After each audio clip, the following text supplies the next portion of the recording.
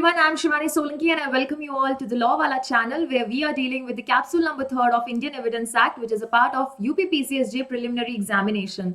UPPCSJ का exam अब यहाँ से सिर्फ और सिर्फ 10-11 दिन की दूरी पर है और एंड आई होप कि आपके जो मेजर लॉज की तैयारी है वो काफ़ी अच्छी हो रही है. क्वेश्चंस पेपर्स एक बार वापस से रिवाइज करना शुरू कर दो एज वेल एज वो टॉपिक्स अभी देख के जाना जो आपको लग रहा है कि शायद आपने अच्छे से नहीं किए. कुछ टॉपिक्स जो हमें बहुत ही बेसिक तरीके से आते हैं उन्हें हमें बार बार रिपीट करके देखने की जरूरत नहीं है. उनसे रिलेटेड एमसीक्यूज कर सकते हो. जो पॉइंट अभी आपका काफी कह सकते हैं कि लो है या जिसपे आपने अभी तक हाथ नहीं लगाया उन सारे टॉपिक्स पे थोड़ा ध्यान देने की जरूरत है क्योंकि हो सकता है वहां से सवाल आ जाए. And when it comes to major law, I have always said when it comes to major law, your scope is wide.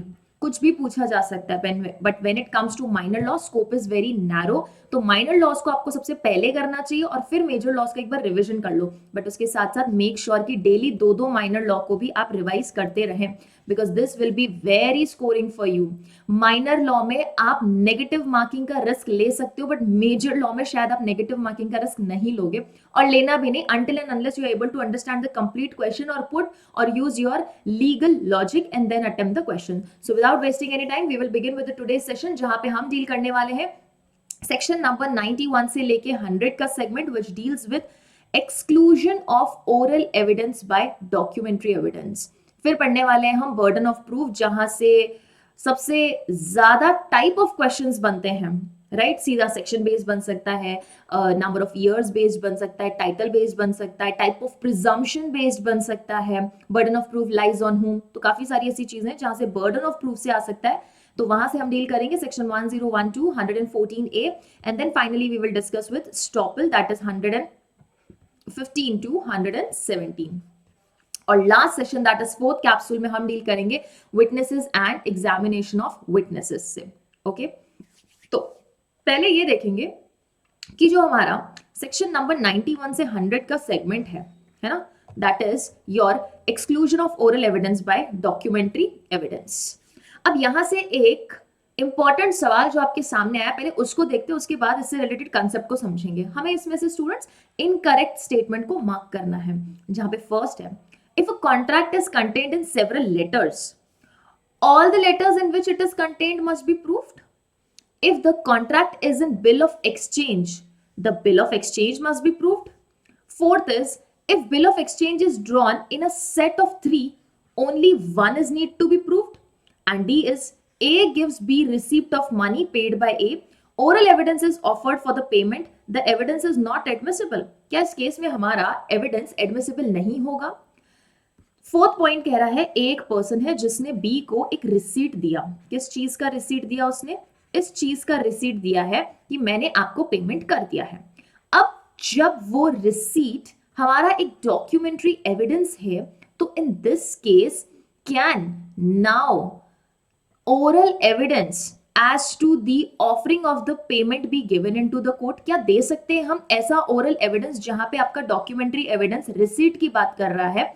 तो उस केस में हम ऑफर फॉर पेमेंट के लिए ओरल एविडेंस दे सकते हैं क्या? Answer is yes, we can give. It is admissible. So your incorrect answer is D. अभी कैसे इनकरेक्ट है, क्यों इनकरेक्ट है? अगर बिल ऑफ एक्सचेंज सेवरल है तो हमें एक ही बिल ऑफ एक्सचेंज क्यों देना है? अगर एक कॉन्ट्रैक्ट को या टर्म ऑफ कॉन्ट्रैक्ट को हमने डिफरेंट डॉक्यूमेंट्स में एग्जीक्यूट किया तो क्या हमें सारे डॉक्यूमेंट्स देने पड़ेंगे या वो सिर्फ एक डॉक्यूमेंट देना पड़ेगा? या सारे डॉक्यूमेंट्स के होते वक्त भी हमें ओरल एविडेंस कब देना पड़ेगा? या फिर जब डॉक्यूमेंट अपना खुद का कंटेंट प्रूफ करने के लिए खुद है वहां पे तो हमारा ओरल एविडेंस देना बनता भी है या नहीं बनता है? So the biggest question that is before us is, see, when there is already a documentary evidence या फिर हमारा document खुद present है तो in that case do we need to give oral evidence? क्या हमें oral evidence देने की जरूरत भी है? Answer is, क्या हमें oral evidence देने की जरूरत है? Question is, oral evidence देने की जरूरत है? Answer is no, not required. Why not required? क्योंकि हमारे इंडियन एविडेंस एक्ट में एक कंसेप्ट चलता है best evidence rule. Best evidence rule का कंसेप्ट पढ़े हम, जो कहता है कि जो एविडेंस बेस्ट है प्रोड्यूस दैट एविडेंस ओनली. अब इस बेस्ट एविडेंस का कंसेप्ट हमें कहां देखने को मिलता है? Section 60, section 64 and section number 91. Section 60 says कि if you want to prove any fact prove it by oral evidence. किससे प्रूव करना है? अगर कोई फैक्ट प्रूव करना है, prove it with the help of oral evidence. Oral evidence कैसा होना चाहिए? डायरेक्ट होना चाहिए। डायरेक्ट का मतलब क्या है? वो पर्सन जो कहता है कि मैंने ये फैक्ट देखा, तो it should be proved with the witness of by the statement of the witness who says that he has seen it. जो कहता है कि मैंने ये सुना, then it should be proved by the witness who says that he has heard. And जो कहता है कि मैंने ऐसा अपने सेंसेस से परसीव किया, तो उस पर्सन के द्वारा उसको प्रूव किया जाना चाहिए as per your section number 60। 64 क्या कहता है? 64 कहता है कि जब भी आपको कंटेंट ऑफ डॉक्यूमेंट प्रूव करने हैं, क्या प्रूव करना है student? Content of document prove करने, always go with you can prove according to your 62, 63 में हमको क्या दे रखा है? डेफिनेशन दे रखा है। किसका? प्राइमरी और सेकेंडरी का। 61 में बोला कि कंटेंट ऑफ डॉक्यूमेंट को आप कैसे प्रूव कर सकते हो, प्राइमरी या सेकेंडरी। बट 64 ने साफ साफ कह दिया that if you want to prove the content of document then prove it by primary evidence, and in exceptional cases only आप 65 में जाके सेकेंडरी एविडेंस से डॉक्यूमेंट के कंटेंट को प्रूव कर सकते हो। तो 64 ने भी साफ साफ बोल दिया आपको कंटेंट प्रूफ करना है डॉक्यूमेंट का, prove it with the help of the primary evidence. Means primary evidence को भी यहाँ पे बेस्ट एविडेंस मान लिया गया है। 91 says that if you want to prove the content of document, then prove it with the help of document itself. No need to prove oral evidence.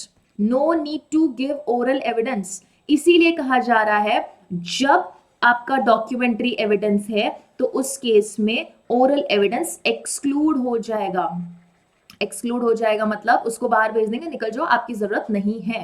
ये है आपका चैप्टर नंबर 91 to 100 की पूरी story. अब हम समझेंगे कि सेक्शन नंबर 91 बेसिकली हमें कहना क्या चाहता है। मैंने आपको ऑलरेडी बता दिया कि this concept is based on the principal that best evidence must be given. 60 में बोला आपको फैक्ट प्रूफ करना है, ओरल एविडेंस से प्रूव कीजिए। 64 में बोला डॉक्यूमेंट का कंटेंट प्रूफ करना है, prove it with the help of the primary evidence. Exceptional cases में ही आप 65 में जाके सेकेंडरी एविडेंस को यूज कर सकते हैं। एंड 91 सेज जब आपको किसी कॉन्ट्रैक्ट, टर्म या किसी डिस्पोजिशन या ग्रांट का कोई टर्म प्रूफ करना है, prove it with the help of only and only documentary evidence. So can I conclude yes or no that oral evidence, primary evidence as well as documentary evidences को इन्होंने क्या बोला है? Best evidence rule माना है। Clear? और documentary evidence भी कब, या प्रिलिमिनरी एविडेंस भी कब? जब बात हो कंटेंट ऑफ डॉक्यूमेंट को प्रूव करने की। डॉक्यूमेंट के कंटेंट्स को प्रूव करना, in that case primary evidence और documentary evidence. Clear point? Now section number 91 और 92 लगभग एक जैसी बातें करते हैं, लेकिन मैं कहूंगी that section number 91 is incomplete without your section number 92 in the same manner like section 17 is incomplete without 18, 19, 20, क्योंकि 17 ने तो सिर्फ ये बताया एडमिशन क्या होता है, लेकिन who can give admission 18, 19, 20, 21 में आपको एडमिशन के बारे में और certain persons या पार्टीज को कवर किया गया है, right? So section number 92 is supplementary to 91, या मैं कह सकती हूं 91 का एक्सटेंडेड फॉर्म है 92 में, जो कुछ और चीजें बताता है। हालांकि ये कोशिश करते तो एक ही सेक्शन में डाल सकते थे, कोई प्रॉब्लम वाली बात नहीं है, but they have segregated to different sections. अब इस सेक्शन नंबर 91 में always remember there are two exceptions, there are two exceptions and three explanations, and three explanation. When we come to section number 92, we have 6 exceptions. कितने exceptions है students? We have 6 exceptions. चलेंगे, सबसे पहले पढ़ेंगे section number 91 को, which says evidence of term of contract, grant or disposition of any move or any property, disposition of any property. Clear? So property word देख के आपको समझ आ जाएगा कि which all properties are included in this when they are reduced in writing. इस पूरे matter को समझने से पहले एक जनरल छोटी सी स्टोरी समझते हैं। You and me we have entered into a contract, ठीक है? You and me we have entered into a contract जहां पे I contracted that I am going to sell my house to you worth 10 lakh rupees. Okay, clear है ये चीज? जब आपने और मैंने ऐसा डॉक्यूमेंट बना लिया है, कॉन्ट्रैक्ट बना लिया है, तो फिर हमें ओरल एविडेंस देने की जरूरत कहां है? हमें ओरल एविडेंस नहीं देना है, कल को हमारी बात पे कोई विश्वास करे ना करे, इसीलिए तो आज हमने कोई चीज लिखित में कर ली है, we have written that is why it is said that आप कोई ओरल एग्रीमेंट करो, इससे अच्छा है आप प्लीज कॉन्ट्रैक्ट बना लीजिए, मतलब राइटिंग में कर लीजिए, राइटिंग में होते ही मतलब वो डॉक्यूमेंट बन चुका है अब। And what is document, and now don't tell me कि मैम उस पेपर पे लिखा है तो डॉक्यूमेंट कैसे हुआ, go and read the definition given under section number 3 which says कि डॉक्यूमेंट क्या है, for the purpose of recording of the evidence, या फिर फॉर द पर्पस कि आप उसको क्या कर सको, किसी कॉन्ट्रैक्ट के लिए यूज कर सको, मतलब डॉक्यूमेंट होता ही इसीलिए है ना, so that it becomes a proof of something. Clear? तो ओरल एग्रीमेंट को प्रूफ करना या ओरल एविडेंस देने का मैं कहूंगी स्कोप थोड़ा नैरो है, क्योंकि फॉर एग्जांपल आपके और मेरे बीच एक एग्रीमेंट हुआ, what if tomorrow I die, then who is going to proof कि आपके और मेरे बीच ऐसा कोई ओरल एग्रीमेंट हुआ था, there is only one party, सिर्फ आप हो, then what about my side. So in case we make a document, we make a contract and mention certain terms and condition, tomorrow even if I die, the document is there to prove my point or my perspective or my side. Is it clear? So जब हमने already document बना लिया, for example हम leave and licence बना रहे हैं, sale deed बना रहे हैं, गिफ्ट डीड बना रहे हैं, मॉर्गेज डीड बना रहे हैं, लीज डीड बना रहे हैं, तो वो क्यों बना रहे हैं, इसीलिए ताकि हमको कल को ओरल जाके बोलने की जरूरत नहीं है कोर्ट में, या फिर अगर किसी ने कुछ ओरली बोला है और मान लीजिए वो लोग बाद में भूल गए कि हमने क्या टर्म्स पे एग्रीमेंट किया था, सो बेटर है to be on safe side, we always go for contracts, we always go for contracts जिसे कि एक डॉक्यूमेंट्री एविडेंस माना गया है। तो जब कोई कॉन्ट्रैक्ट हुआ, कोई ग्रांट हुआ, grant means what's, grant means कोई राइट है, लाइबिलिटी है, वो मैंने किसी को पास ऑन किया है, वो किसी को एक्सटेंड किया है, okay, certain rights and liabilities I have asked some other person to perform. Disposition of the property means alienate करना कोई प्रॉपर्टी को, या उस प्रॉपर्टी में किसी को राइट देना, that can be sale, lease, mortgage, gift, actionable claim, ये सारी चीजें हो सकती है, ओके। तो उसका हमने एक डॉक्यूमेंट बना लिया। इस केस में सेक्शन नंबर 91 कहता है अब मैम ओरल एविडेंस देने की कोई जरूरत नहीं है, no need to give your oral evidence now. So section 91 का एक एक पॉइंट अगर हम पढ़ें तो कहता है अगर terms of contract, grant and disposition has been reduced into writing, हमने लिख लिया, साइन कर दिया डॉक्यूमेंट, और matter required by law to be in form of document, या फिर लॉ खुद ऐसा कहता है दैट दिस कॉन्ट्रैक्ट और योर ग्रांट और disposition has to be in writing, ये तो मैम कभी ओरल हो ही नहीं सकता है, तो उस केस में अगर हमने उसको राइटिंग में कर लिया है तो ओरल एविडेंस देने की जरूरत नहीं है। वो कौन से मैटर्स है where law can require you to make any document, make anything और एनी कॉन्ट्रैक्ट, ग्रांट और डिस्पोजिशन इन राइटिंग और document. Section number 17 of Indian registration act 1908 अगर हम देखते हैं students, it clearly mentions the list of things, the list of things या फिर the list of contracts और एलिनेशन और ट्रांसफर जो हमें क्या करना है, राइटिंग में होना ही होना चाहिए, और जिसका रजिस्ट्रेशन इंपॉर्टेंट है। Section number 17 they have specifically mention कौन सी चीजों का हमें रजिस्ट्रेशन करवाना है। And 49 of Indian registration act क्या मेंशन करता है, it mentions the effect of non registration, अगर आपने रजिस्ट्रेशन नहीं करवाया उस चीज का तो बाद में आप ओरल एविडेंस भी नहीं दे सकते हो। 49 को कभी हम पढ़ेंगे जब इंडियन रजिस्ट्रेशन एक्ट डील करेंगे, फिलहाल हमारे लिए सेक्शन नंबर 17 ही इंपॉर्टेंट है। अच्छा बताओ, जब हम टीपी एक्ट पढ़ते हैं, वी हैव बीन गिवन कि अगर सेल है ऐसी प्रॉपर्टी का whose value is more than ₹100, then उस केस में हमें क्या करना है, हमें इंस्ट्रूमेंट के through, and what is instrument, instrument is anything which is in written, हमें इंस्ट्रूमेंट से प्रॉपर्टी को क्या करना है, पास ऑन करना है या उस प्रॉपर्टी का सेल करना है। तो उस केस में अब देखो यहाँ पे अगर हम कॉन्ट्रैक्ट कर रहे हैं उस प्रॉपर्टी को सेल करने का, तो टीपी एक्ट ने खुद ने बोल दिया ना, टीपी एक्ट ने खुद ने बोल दिया है, सेक्शन 105 अगर हम जाके पढ़ेंगे, ओके सॉरी वहां पे लीज दे रखा है, सेल की बात करेंगे सेक्शन नंबर 54, वहां पे हमको साफ बोल दिया that this sale has to be in writing अगर उसकी प्रॉपर्टी की वैल्यू मोर देन ₹100 है। अंडरस्टूड द टू कॉन्टेक्स्ट, यहाँ पे writing by law is not required but we are making it in writing. यहाँ पे in this case in situation number 2 law itself says that it has to be in writing, and then if you make such contract, disposition or grant in writing, now no oral evidence is required। अब आपको oral evidence देने की जरूरत नहीं क्योंकि वहां document है ना स्टूडेंट्स, डॉक्यूमेंट बोल रहा है तो आपको बोलने की जरूरत नहीं है, आपका evidence will not be considered. But इसमें एक्सेप्शन है, दो एक्सेप्शन कौन से हैं, दो एक्सेप्शन बनते हैं हमारे पास में कि अगर कोई पब्लिक ऑफिसर है, ओके, अगर कोई पब्लिक ऑफिसर है और उसका अपॉइंटमेंट हुआ है, appointment was also required to be in writing. अगर मैं आपकी बात करूं, आप जजेस बनेंगे, आपका अपॉइंटमेंट कैसे होगा, राइटिंग में होगा ना, गवर्नर का सील साइन लगने वाला है वहां पे, judicial magistrate first class civil जज, देन इन दैट केस जब बाय लॉ ही it was set to be in writing और राइटिंग में उसका अपॉइंटमेंट हुआ है and he serve that office, then in that case no oral evidence is to be given कि हाँ जी इनका अपॉइंटमेंट राइटिंग में हुआ था. He serving there, appointment writing में बाय लॉ रिक्वायर्ड था और राइटिंग में हो चुका है. No oral evidence has to be given.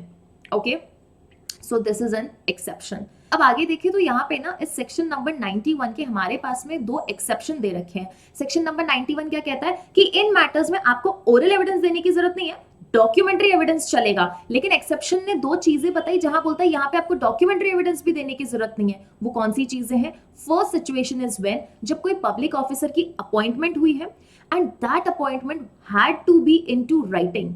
Law के अकॉर्डिंग ही वो अपॉइंटमेंट राइटिंग में होनी चाहिए थी और वो अपॉइंटमेंट राइटिंग में है. Then in that case you need not prove that writing.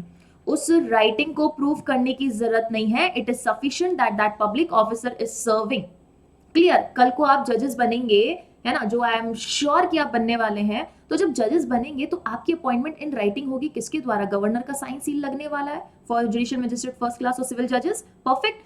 तो जब अपॉइंटमेंट ही राइटिंग में हो गई तो उस डॉक्यूमेंट को भी प्रूफ करने की जरूरत नहीं. No need of documentary evidence over here. Second situation is when will is admitted by probate. What is a probate? Probate is a certified copy under the seal of the court. जो court कहता है कि yes this will is valid. तो जब court की side से ही आपको certified copy मिल गई है, आपको ये विल जो कि डॉक्यूमेंटेड फॉर्म में थी, will always has to be in writing, तो ये विल जो कि डॉक्यूमेंटेड फॉर्मेट में थी, इस डॉक्यूमेंट को प्रूव करने की जरूरत नहीं है because probate is a sufficient proof that will was genuine and will was duly executed. So you understood the point. General rule is that अगर राइटिंग में है, राइटिंग बाय लॉ रिक्वायर्ड है और फिर राइटिंग कर रखा है, no oral evidence, give only documentary evidence, that document is sufficient. लेकिन एक्सेप्शन में बोल दिया come here we will tell you two situation जहां पे डॉक्यूमेंट्री एविडेंसेस की भी रिक्वायरमेंट नहीं है. Understood the point? Okay, now we will move on to 3 explanation. अभी एक्सप्लेनेशन में क्या बात कर रहा है? एक्सप्लेनेशन में हमें ये बोला गया है कि सेक्शन नंबर 91 कहां अप्लाई होता है. We have 3 explanation. सीधा सीधा आपके पास प्री में क्वेश्चन आ सकता है कि आपके पास एक्सप्लेनेशन कितने हैं. Section number 91 apply to contract, grant or disposition contained in one or more document. It says कि अगर मैम आपका कोई कम्युनिकेशन हुआ, फॉर एग्जाम्पल मैं अगर अपना एग्जाम्पल लेती, ठीक है, for example I was hired on PW, ठीक है, मुझे PW पे हायरिंग किया गया. फॉर एग्जाम्पल सिचुएशन कुछ ऐसी रखते हैं that first of all there was a communication of offer का कम्युनिकेशन हुआ डॉक्यूमेंट के through. I accepted that offer. तो एक्सेप्टेंस का एक लेटर गया. तीसरा क्या गया? तीसरा उन्होंने मुझे कॉन्ट्रैक्ट भेजा as a employ over here. Fourth I signed that contract. So can you see ये जो पूरा हमारा प्रोसेस चल रहा है, जो पूरा कॉन्ट्रैक्ट हुआ है, ये डिफरेंट स्टेजेस पे डिफरेंट डॉक्यूमेंट से हुआ है, डिफरेंट डॉक्यूमेंट से हुआ है. Then in that case all the documents must be proved. वो सारे डॉक्यूमेंट्स आप लेके आइए और ये प्रूव कीजिए that these were the things और this was the process through which ये पूरा हमारा कॉन्ट्रैक्ट या इन टर्म्स पे हम एग्री हुए हैं. You understood? तो सेक्शन नंबर 91 सेज कि सिर्फ एक डॉक्यूमेंट पे आपको रिलाई करने की जरूरत नहीं है मैम. इन केस इस पूरे प्रोसेस में खूब सारे डॉक्यूमेंट्स लगे, prove all those documents into the court stating that these are the contents of the document and these were the terms on which we all और on which the parties have agreed. Clear point? Explanation number 2 कहता है when there are more than one original, only one original needs to be proved. जब original एक ही है तो आप original बहुत सारे तो सबको प्रूव करने की जरूरत नहीं, आप कोई एक ओरिजिनल प्रूव कर दीजिए. For example there is a writer, उसने एक नॉवल लिखा और हमें पता है कि नॉवेल्स का जब प्रिंटिंग होता है वो एक यूनिफॉर्म प्रोसेस से होता है. That is a primary evidence. वो किस में आता है? ओरिजिनल कॉपी में आता है. ओके, प्रिंटिंग हुई है एक मास लेवल पे, uniform process, not mechanical process for the purpose of your section number 63.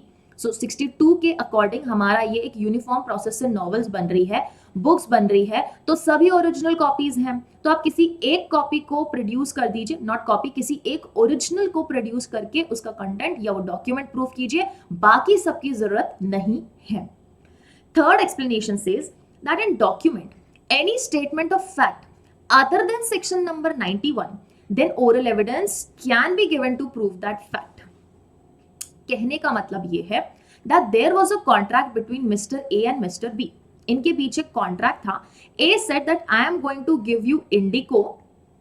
तो उस कॉन्ट्रैक्ट में जब इंडिगो की बात हुई, B said okay I'm going to give you 5 lakh rupees for that. तो ये तो हो गया एक पर्टिकुलर कॉन्ट्रैक्ट से रिलेटेड उनके बीच में टर्म्स. बट विद दैट ये हो गई सेक्शन नंबर 91 की बात. लेकिन with that they also mentioned something related to their previous contract. Previously उन्होंने एक वर्बल कॉन्ट्रैक्ट किया था जहां पे बी ने 2 लाख रुपए ए को और दे रखे थे उनके प्रीवियस ट्रांजैक्शन से related. So when they have mentioned this thing into the contract और this thing into the document, ये जो सेकंड चीज हमने मेंशन की है, इससे रिलेटेड ओरल एविडेंस दिया जा सकता है. ये ऐसा फैक्ट है, साथ में रिमेंबर दिस थिंग, उस डॉक्यूमेंट में ऐसा फैक्ट है जो कि सेक्शन नंबर 91 के अलावा दे रखा है. सेक्शन नंबर 91 के इन इंग्रेडिएंट्स के अलावा कुछ मेंशन कर रखा है. Then in that case only you can give oral evidence along with your documentary evidence. Is it clear? So that is your section number 91. Now we will move on to section number 92, जहां पे हमें इसके general provision से भी ज्यादा अच्छे से समझने की जो बात है वो है the 6 exceptions. सेक्शन नंबर 92 ये कहता है exclusion of oral evidence. Section number 91 भी यही कह रहा था, लेकिन इसका हेडिंग वो नहीं है. इसका हेडिंग ये नहीं है. इनफैक्ट इसका हेडिंग ये बोल रहा है कि जब कोई चीज को आपने राइटिंग में रिड्यूस कर दिया तो फिर आपको यहाँ पे ओरल एविडेंस देने की जरूरत नहीं है. Prove it only with the help of the documentary evidence. 92 का हेडिंग ये कहता है that when any contract, grant और टर्म, और sorry it will be disposition, okay, disposition का term has been proved as per section number 91. और 91 में कैसे प्रूव किया? डॉक्यूमेंट्री एविडेंस से प्रूव किया. जब as per section number 91 it has been proved to be a genuine document, then no need of oral evidence for these 4 purposes. इन 4 purpose के लिए आप अब कोई ओरल एविडेंस नहीं देंगे ma'am. Now you need to shut your mouth in the court because documentary evidence has been given. So कौन से वो 4 पर्पस है जहां हमें ओरल एविडेंस देने की जरूरत नहीं है? I cannot contradict that document. I cannot vary that document. I cannot add anything into that document, or I cannot subtract any terms from that contract. अब ये 4 चीजें करने के लिए मैं कोई ओरल एविडेंस नहीं दूंगी कि no this was something else, ये चीजें इसमें ऐड होनी है, ये चीजें इसमें से सब्ट्रैक्ट होनी. इन 4 पर्पस के लिए आई can not give oral evidence. But there are 6 exceptions when oral evidence can be given into the court relating to your content of document. अब इस डॉक्यूमेंट को प्रूफ करने के लिए 6 वो सिचुएशन है when oral evidences can be given. कौन सी वो 6 सिचुएशन है? पहला सिचुएशन ये आता है that validity of document challenge की गई है. वैलिडिटी ऑफ डॉक्यूमेंट, मैंने आपसे कॉन्ट्रैक्ट किया that I am going to sell my house to you for worth rupees 10 lakh. Clear point. Now document हमने कोर्ट में जाके प्रूफ कर दिया. Document itself is mentioning about all the terms and condition. Do we need to give oral evidence? No ma'am, we need not give as per section number 91. तो section number 91 के according हम oral evidence भी नहीं देंगे और हमारा वो contract sufficient था उस टर्म्स को प्रूव करने के लिए, हमारे इंटेंशन को प्रूव करने के लिए. But then your mind says that no, ma'am ने हमारे साथ फ्रॉड किया था, इंटिमिडेट किया था, हमको डराया था, इलीगल हमसे कॉन्ट्रैक्ट करवाया है, या वहां पे कंसिडरेशन ही नहीं है, कंसिडरेशन नहीं है, या फिर मैम हमसे सिर्फ 1 रुपए में हमारा घर खरीद रही, या बच्चे मुझसे 1 रुपए में घर खरीद रहे, और there was a mistake of fact और लॉ. अगर ये 5 चीजें आपको लगती है उस कॉन्ट्रैक्ट में जो कि 91 के अकॉर्डिंग आपने प्रूफ कर दिया है, even after proving it according to 91 you can give oral evidence. वरना ये बात बताओ, अगर मेरे साथ किसी ने फ्रॉड करके या मुझे डरा धमका के कोई कॉन्ट्रैक्ट कराया, क्या वो कॉन्ट्रैक्ट में मेंशन्ड होगा that Shivani ma'am has signed this contract under your any undue influence और coercion of fraud for that purpose? No, कोई भी कॉन्ट्रैक्ट में मेंशन नहीं करेगा. In that case I need to give oral evidence that sorry sir, all these things took place with me, so that is the reason this document is not valid. Document की validity को challenge कर रहे हो, give oral evidence. Second point is when document is silent on certain points but it is not inconsistent with the terms of the contract. For example, a contract took place between me and PW. Contract ये हुआ that ma'am you need to teach UPPCSJ students. अब UPPCSJ के students का exam कब है? 12th of Feb को है. Okay ma'am, ठीक है, आई will teach.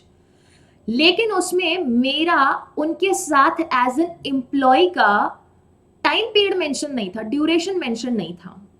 For example my hiring took place on 1 January. Okay, अब वहां पे उसमें जब ड्यूरेशन मेंशन्ड नहीं है, डॉक्यूमेंट मेरे ड्यूरेशन पर साइलेंट है, then in that case I can give oral evidence into the court that till 12th February तो वो implied है और वो कॉन्ट्रैक्ट से कंसिस्टेंट है, क्योंकि कॉन्ट्रैक्ट में ये मेंशन्ड है दैट यूपी पीसीएसजे के लिए आपको पढ़ाना है. तो भैया यूपी पीसीएसजे का जब एग्जाम ही 12 फरवरी को हो रहा है, मतलब आपने मेरी हायरिंग ही 12 फरवरी तक कर रखी है. Understood the point.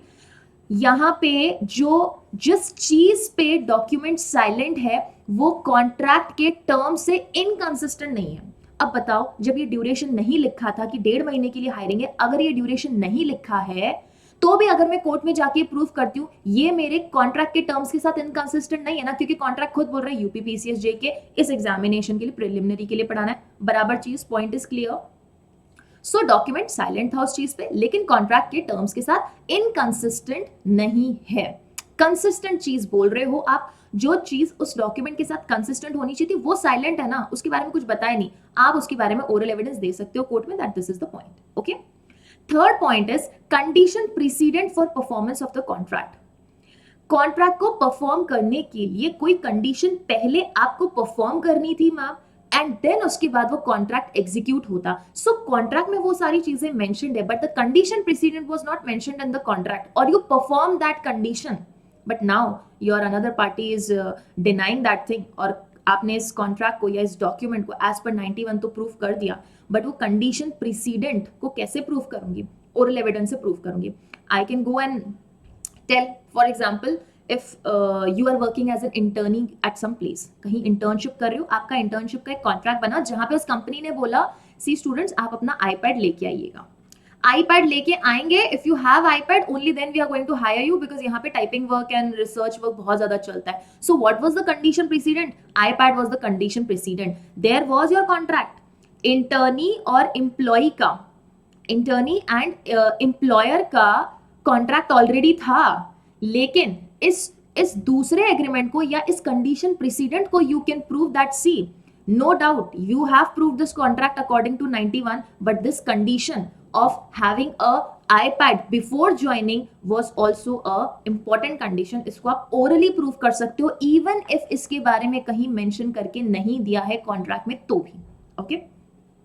Fourth point, subsequent oral agreement which modify or rescind the terms of the contract. Then in that case क्या हो सकता है? Oral evidence दे सकते हैं. I'll give you a very nice example for this and I hope you will always remember that point. Okay?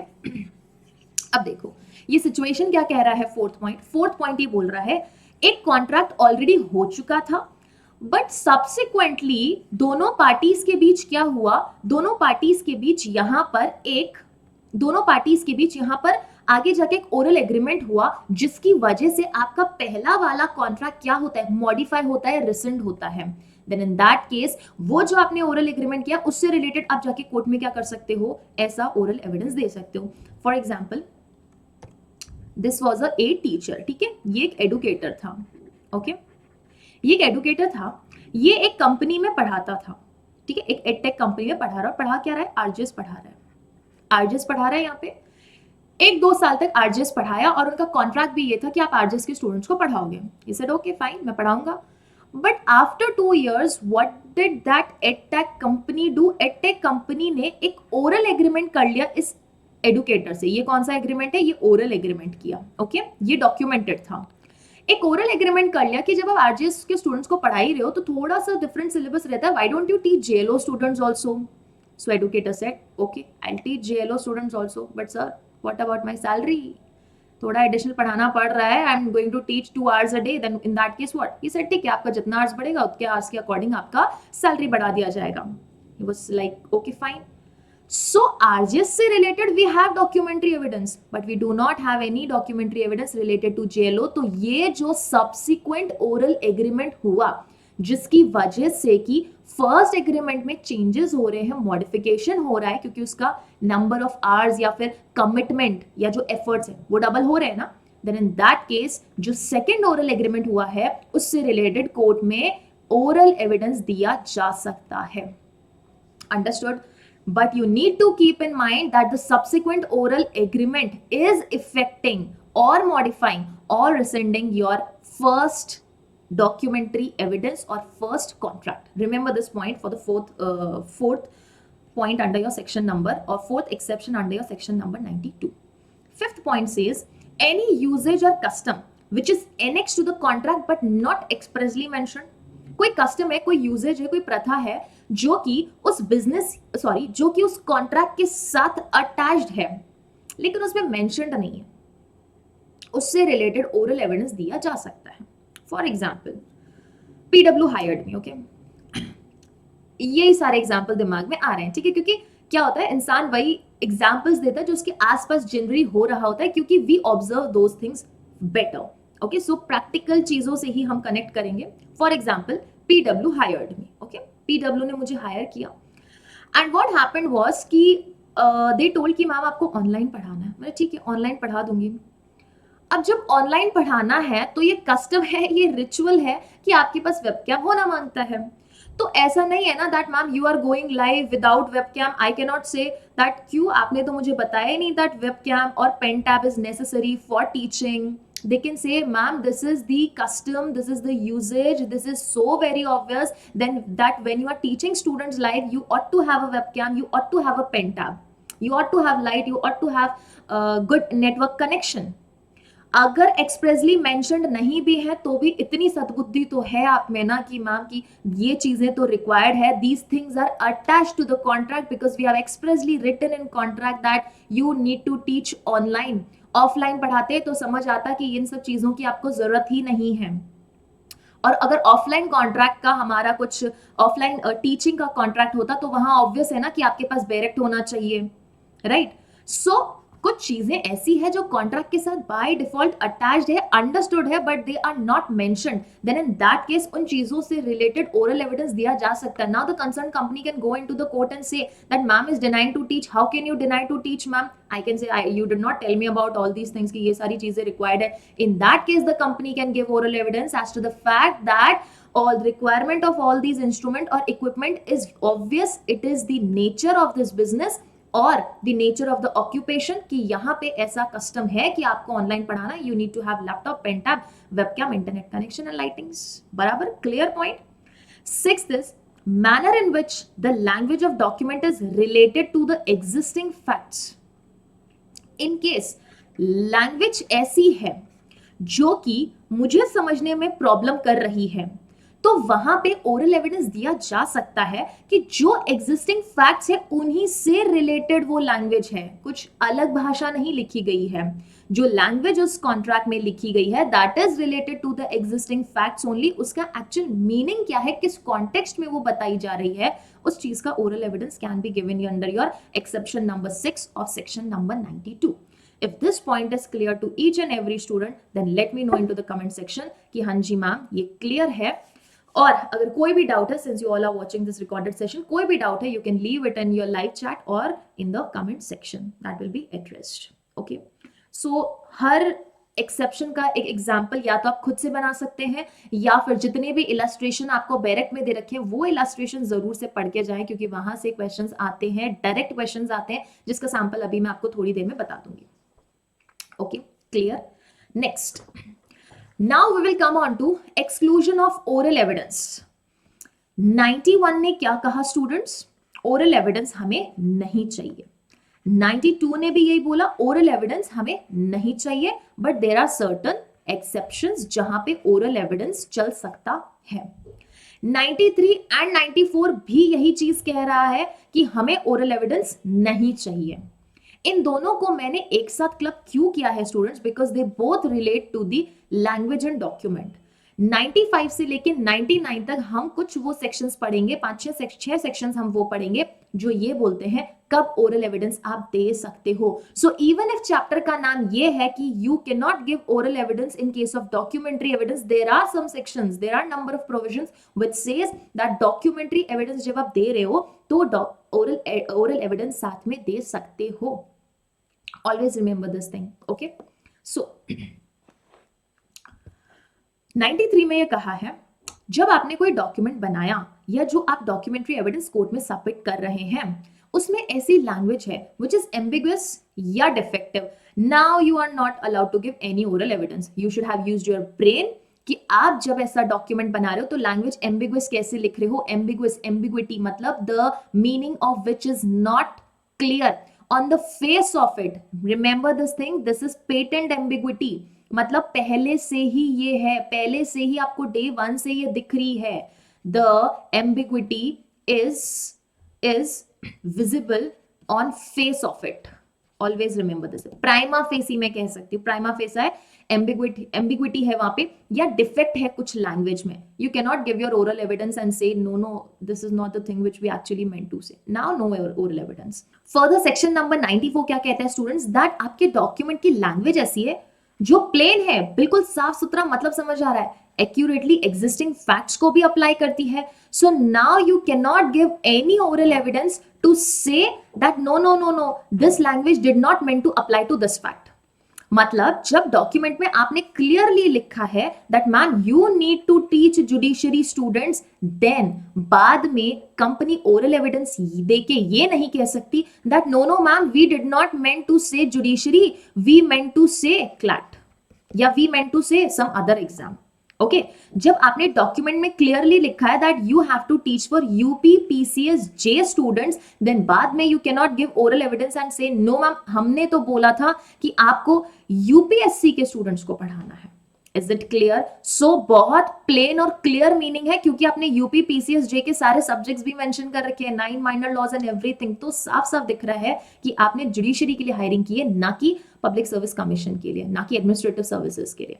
Okay, so these are the two section. 93, 94 specifically language and document से related है, ये चीज ध्यान रखना, इसलिए मैंने 93 और 94 को साथ में लिखा है. अब पढ़ेंगे वो 5 इंपॉर्टेंट सेक्शन, 5 क्यों 6 पढ़ेंगे क्योंकि 6th जो आपका लास्ट सेक्शन है दैट इज सेक्शन नंबर 100, वो सेविंग प्रोविजन है. ओके, तो एक ही स्लाइड में हम 6 सेक्शन को कवर करेंगे, लेकिन इंपॉर्टेंट रहते हैं हमारे लिए यहाँ पे 5 section which says oral evidence may be given. मतलब अब 95 से लेके 99 वो सेक्शंस हैं जहां पे ये कहा जा रहा है कि now come here, now we will tell you that in which situation you can give oral evidence. So I can say that somewhere section number 95, 96, 97, 98, 99 are an exception to section number 91 or 92. Now section number 95 states that जब आपके document में आपने कोई word एक particular sense में use किया है, then आप ओरल एविडेंस देके पेश कर सकते हो, ये बता सकते हो कि वो पर्टिकुलर वर्ड मैंने उस पर्टिकुलर सेंस में बोला था. फॉर एग्जाम्पल, ए का एक घर कैलकाटा में है, ए का एक घर दिल्ली में है. दिल्ली वाला जो घर था वो ऑलरेडी सेल आउट कर दिया था उसके एजेंट ने, उसको नहीं पता था. सो बेसिकली ए ने ये बोला कि मेरा जो घर है वो मैं आपको बेचता हूं. उस वक्त ए एक्चुअली मेंट टू से कि जो कैलकाटा में घर है वो मैं आपको बेचता हूं, लेकिन जिस मिस्टर बी को वो सेल आउट कर रहा था उसको ये लगा कि he meant to say that the house which is in Delhi वो सेल आउट करना चाहता है. But A can then give oral evidence and say no I meant to say the house in Calcutta, क्योंकि मेरे एजेंट ने तो मुझे अभी आके बताया कि डी वाला तो बिक चुका है. So I meant to actually से, क्योंकि मैंने ये नहीं बताया कौन सा सिटी का घर है, but I actually meant to say that the house that is in Calcutta वो मैं आपको सेल आउट कर रहा हूं. Okay, section number 96 says that application of language to one of several persons. जब लैंग्वेज ऐसी है जो कि एक से ज्यादा चीजों पर अप्लाई करती है, in that case you can give oral evidence and show that actually to which particular person or which particular thing you intend to apply that language. For example, A है, A के पास 2 white house है, 2 white house नहीं, horse ले लेते हैं, house बहुत ज्यादा हो गया. 2 white horse है A के पास. A said to B that I am going to sell you my white horse. अब उसमें से 2 व्हाइट हॉर्स हैं, उसमें से ए को एक व्हाइट हॉर्स बहुत पसंद है, दूसरा व्हाइट हॉर्स कुछ खास पसंद नहीं. ही थॉट जो नहीं पसंद है वो बी को दे दूंगा. Now A need to clarify it to be with the help of the oral evidence. A can give oral evidence into the court and say that listen, घोड़े तो 2 है मेरे पास व्हाइट, लेकिन इसमें से ये वाला I wanted to sell you out, not this, because this is my favourite. इसको हमेशा मैं जहां पे भी लेके जाता हूँ जीतता हूँ. तो व्हाइट तो हॉर्स मेरे पास 2 है, but I will sell you only this. And ये एक तरह की कंफ्यूजन दूर करने के लिए यहाँ पे ओरल एविडेंस दिया जा सकता है तब जब एक पर्टिकुलर लैंग्वेज या एक पर्टिकुलर फैक्ट दो चीजों पे अप्लाई हो रहा हो। इस कंफ्यूजन को दूर करने के लिए 96 में हम ओरल एविडेंस दे सकते हैं। Now section 97 says that when your language is such which applies to one of two sets of fact, fact दो है, लैंग्वेज एक है, ऑलवेज रिमेंबर फैक्ट दो है, लैंग्वेज एक है, इन दैट केस यहां पे ओरल एविडेंस दिया जा सकता है टू क्लेरिफाई कि किसके बारे में वो बताना चाह रहा था। Mister A said to mister B that I am selling you my that land which is with Mr. Ram. Ram के पास वो लैंड है, कौन सा एक्स लैंड है, वो मैं आपको सेल आउट करता हूं। बट द रियलिटी इज कि राम के पास एक्स लैंड नहीं है, राम के पास वाई लैंड है, और ये जो एक्स लैंड है वो बेसिकली श्याम के पास है। Then in this case he can clarify कि वो लैंड जो मैंने आपको बोला था X land which is with Ram, वो मैं आपको सेल करता हूं, ये तो रियलिटी है ही नहीं। So he can actually clarify it कि वो कौन सा लैंड या कौन से पर्सन के पोजीशन में जो लैंड है वो सेल आउट करना चाहता है। आपने बोला राम के पास जो एक्स जमीन है वो मैं आपको सेल करना चाहता हूं। पहली बात तो राम के पास एक्स जमीन नहीं है, और एक्स जमीन किसके पास है, श्याम के पास है, राम के पास वाई जमीन है। So this in this case when there are two confusing facts, तो यहां पे वो लैंग्वेज एग्जैक्टली किस पे अप्लाई कर रही है, इससे रिलेटेड ओरल एविडेंस दिया जा सकता है into the court. When documentary evidence is there but still in such situation, that is 95 से लेके 99 की कोई भी सिचुएशन है, इस सिचुएशन में हम क्या कर सकते हैं, यहाँ पे ओरल एविडेंस दे सकते हैं। 98 says to show the meaning of illegible characters। illegible characters कौन से हो गए, वो words which you cannot understand, not understood, जिनका मीनिंग क्लियर नहीं होता है, या ऐसे कोई स्लैंग्स हैं या ऐसे कोई वर्ड्स हैं जो मैंने कभी सुने नहीं हो और वो डॉक्यूमेंट में यूज किए जा रहा है, तो इसका क्या मतलब हो गया, या ऐसा कोई फॉरेन वर्ड है या ऐसा कोई पर्टिकुलर एक कम्युनिटी से रिस्ट्रिक्टेड वर्ड है, so I don't know the meaning of that word. So oral evidence can be given by the opposite party to show कि वो इलेजिबल, जो पढ़ा नहीं जा सकता, लेजिबल, ओके, लेजिबल वर्ड से समझना, जो पढ़ा नहीं जा सकता, जो पढ़ा नहीं जा सकता वो समझा नहीं जा सकता है, उस केस में ओरल एविडेंस दिया जा सकता है to clarify the meaning of that word. 99 says agreement varying terms of document by person not party or not representative। एक एग्रीमेंट में ऐसे टर्म्स हैं जिन्हें प्रूफ करने के लिए थर्ड पार्टी आ सकती है, अगर थर्ड पार्टी का यहां इंटरेस्ट इफेक्ट होता है तो। बाकी दो पार्टीज कॉन्ट्रैक्ट की, वो यहां पे कोई ओरल एविडेंस नहीं देगी। कैसे, for example a promise to B that I am going to give you cotton, मैं आपको कॉटन दूंगा। बी ने बोला okay give me the cotton because मुझे सी को क्लॉथ देना है, मुझे सी को कुछ particular type of shirts, jeans, pair of jeans और एनी टाइप ऑफ कुछ मटेरियल मुझे उसको स्टिच करके देना है, आप मुझे टाइम पे कॉटन पहुंचा दीजिएगा। थर्ड पार्टी कौन हो गई, सी हो गई। C is not the party to the contract between A and B, but he is a third person, he is a third person जिसका राइट इससे इफेक्ट होता है। So now the point over here is that mister A and mister B के बीच ऐसा contract हुआ था and mister B agreed to give ₹5 lakh, लेकिन अभी तक दिया नहीं है, लेकिन अभी तक दिया नहीं है। डेली उनके बीच ऐसी डीलिंग होती है, तो ए एंड बी अपना वो डॉक्यूमेंट्री एविडेंस प्रूफ कर रहे हैं, तब what can Mr. C do? Mr. C can come into the court and give the oral evidence that yes, such document has taken place or such contract has taken place, because यहाँ पे A ने B ने 5 लाख रुपए देने से मना कर दिया, so now A is not sending the cotton। अब A जब B को कॉटन नहीं भेजेगा, B यहाँ पे मटेरियल किससे बनाएगा, B मटेरियल नहीं बनाएगा तो मुझे देगा क्या, क्योंकि उसने मेरे साथ भी कॉन्ट्रैक्ट कर रखा है। So here parties to the contract are not coming and giving the oral evidence। oral evidence can be given by the third person जिसका right effect हो रहा है, who gets affected by, or any stranger who gets affected by the contract between the two parties। Is it clear how third person can come and give the any evidence or oral evidence, I mean to say, clear? So ये situation is important and section number 100 साफ साफ end में ये बोलता है that saving provision, क्या बोल रहा है, saving provision that section number 91 to 100, that is your chapter number 6, will not affect Indian Succession Act as to construction of will। will का कोई भी आपको मतलब समझना है, उसका कंस्ट्रक्शन समझना है, as to what meaning it is having, then in that case 91 से लेके 100 इफेक्ट नहीं करेगा। मतलब क्या हो सकता है, यहां पे विल के मैटर में हम ओरल एविडेंस दे सकते हैं, क्योंकि सेक्शन नंबर 91 टू 100 क्या कहता है, चैप्टर 6 क्या कहता है students, exclusion of oral evidence bye documentary evidence. और विल क्या होता है, विल भी एक डॉक्यूमेंट्री एविडेंस है। तो अगर हम इस चैप्टर के अंदर इसको डाल देते हैं, मतलब विल को आप ओरल एविडेंस से प्रूव नहीं कर सकते, लेकिन सेक्शन नंबर 100 आके बोल दिया, listen to me, that this chapter number 6 is not going to apply to where, to Indian succession act. Indian succession act के अंदर कोई विल बनी उस पर अप्लाई नहीं होगा, हम वहां ओरल एविडेंस देंगे। क्या देंगे, ओरल एविडेंस देंगे। और वहां पर भी अगर प्रोबेट जारी कर दी गई है कोर्ट के द्वारा, तो section number 91 of Indian evidence act के अकॉर्डिंग विल को भी प्रूव करने की जरूरत नहीं है by document, because probate is a sufficient proof.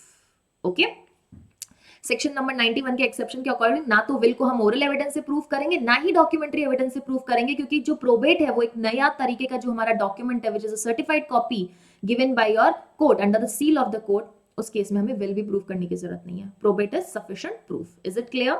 So I hope कि ये जो सेगमेंट था टिल सेक्शन नंबर 100 वो आपको समझ आया होगा, कुछ कंसेप्ट्स क्लियर हुए होंगे, कुछ लीगल लॉजिक आपको यहाँ अप्लाई करके अगर क्वेश्चंस को अटेम्प्ट करना है तो आई होप कर सकते हैं। Now let's begin with the questions, जहां पे पहला है हमारे पास, section number 91 of Indian evidence act applies only to the transaction which under the law must be in writing, only to the transaction which are reduced into the writing or both and A and B।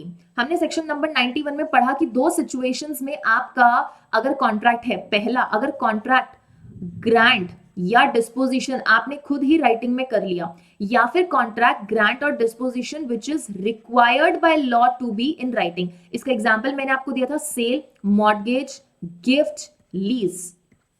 ये जब हम TP act पढ़ेंगे तो देखेंगे एक particular value के ऊपर का अगर आपके सब्जेक्ट मैटर है, then in that case you need to transfer that property with the help of an instrument. And what is instrument? Instrument क्या होता है?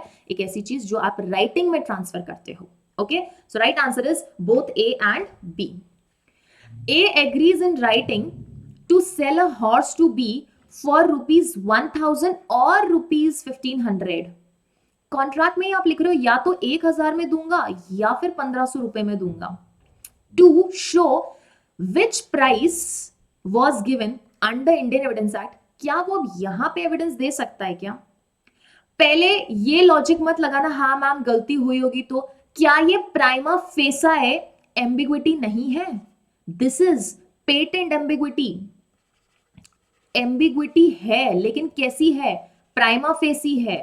प्राइमा फेसी के साथ साथ क्या है? ये पेटेंट एम्बिग्विटी है, पहले से ही थी, ऐसा नहीं है कि बाद में आपको याद है, पहले से थी। आप खुद बोल रहे हो या तो 1000 में दूंगा या 1000 में दूंगा, ऐसे नहीं है, क्लियरली मेंशन ना कितना मिलेगा। So in this case no such evidence can be given as per your section number 93।